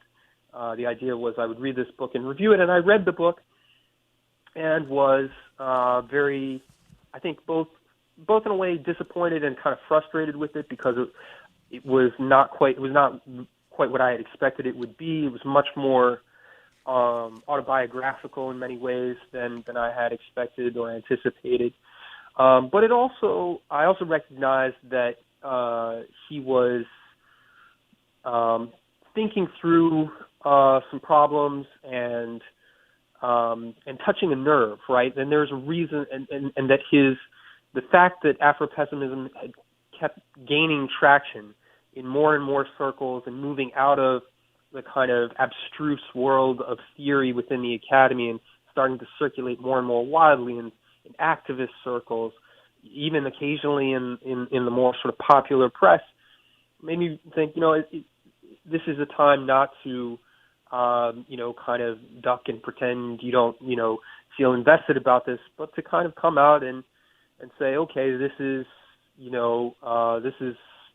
a term that's circulating. There are things that are going on here. What do I make of this? And how can we pay attention to it seriously, but also critically, which is sort of the angle at which I come at it. And, maybe to try and be short, but I guess I would mostly recommend folks, read the essay. They have to read it. They the actually have to read it with Google because they're not going to. I did. They're not going to know who Adolph Reed Jr. is. I will say this to the people who are listening. Sure. You are very critical of him in this essay, but you very briefly reveal a touch of deep cynicism when you say about Adolph Reed Jr., Reed has been right before, most famously about President Obama, with whom he crossed paths in Chicago in the mid-1990s when he diagnosed him as a, quote, smooth Harvard lawyer with impeccable do-good credentials and vacuous to repressive neoliberal politics, close quote. The ease and celerity, you write, with which multinational corporations and political elites rush to eulogize George Floyd, instantly adopting the performative repertoire of genuflection, and the mimeograph consultancy lingo of McKinsey et al., that's beautiful, by the way, to the issuing of carefully worded statements, should give us pause. It is possible for nominally leftist rhetoric, especially one that is explicitly ethno-nationalist and directed by actors professionally linked to the governing class, to weaponize superficial and symbolic gains in a way that serves to advance their own professional and middle-class interests. Can I get a complete round of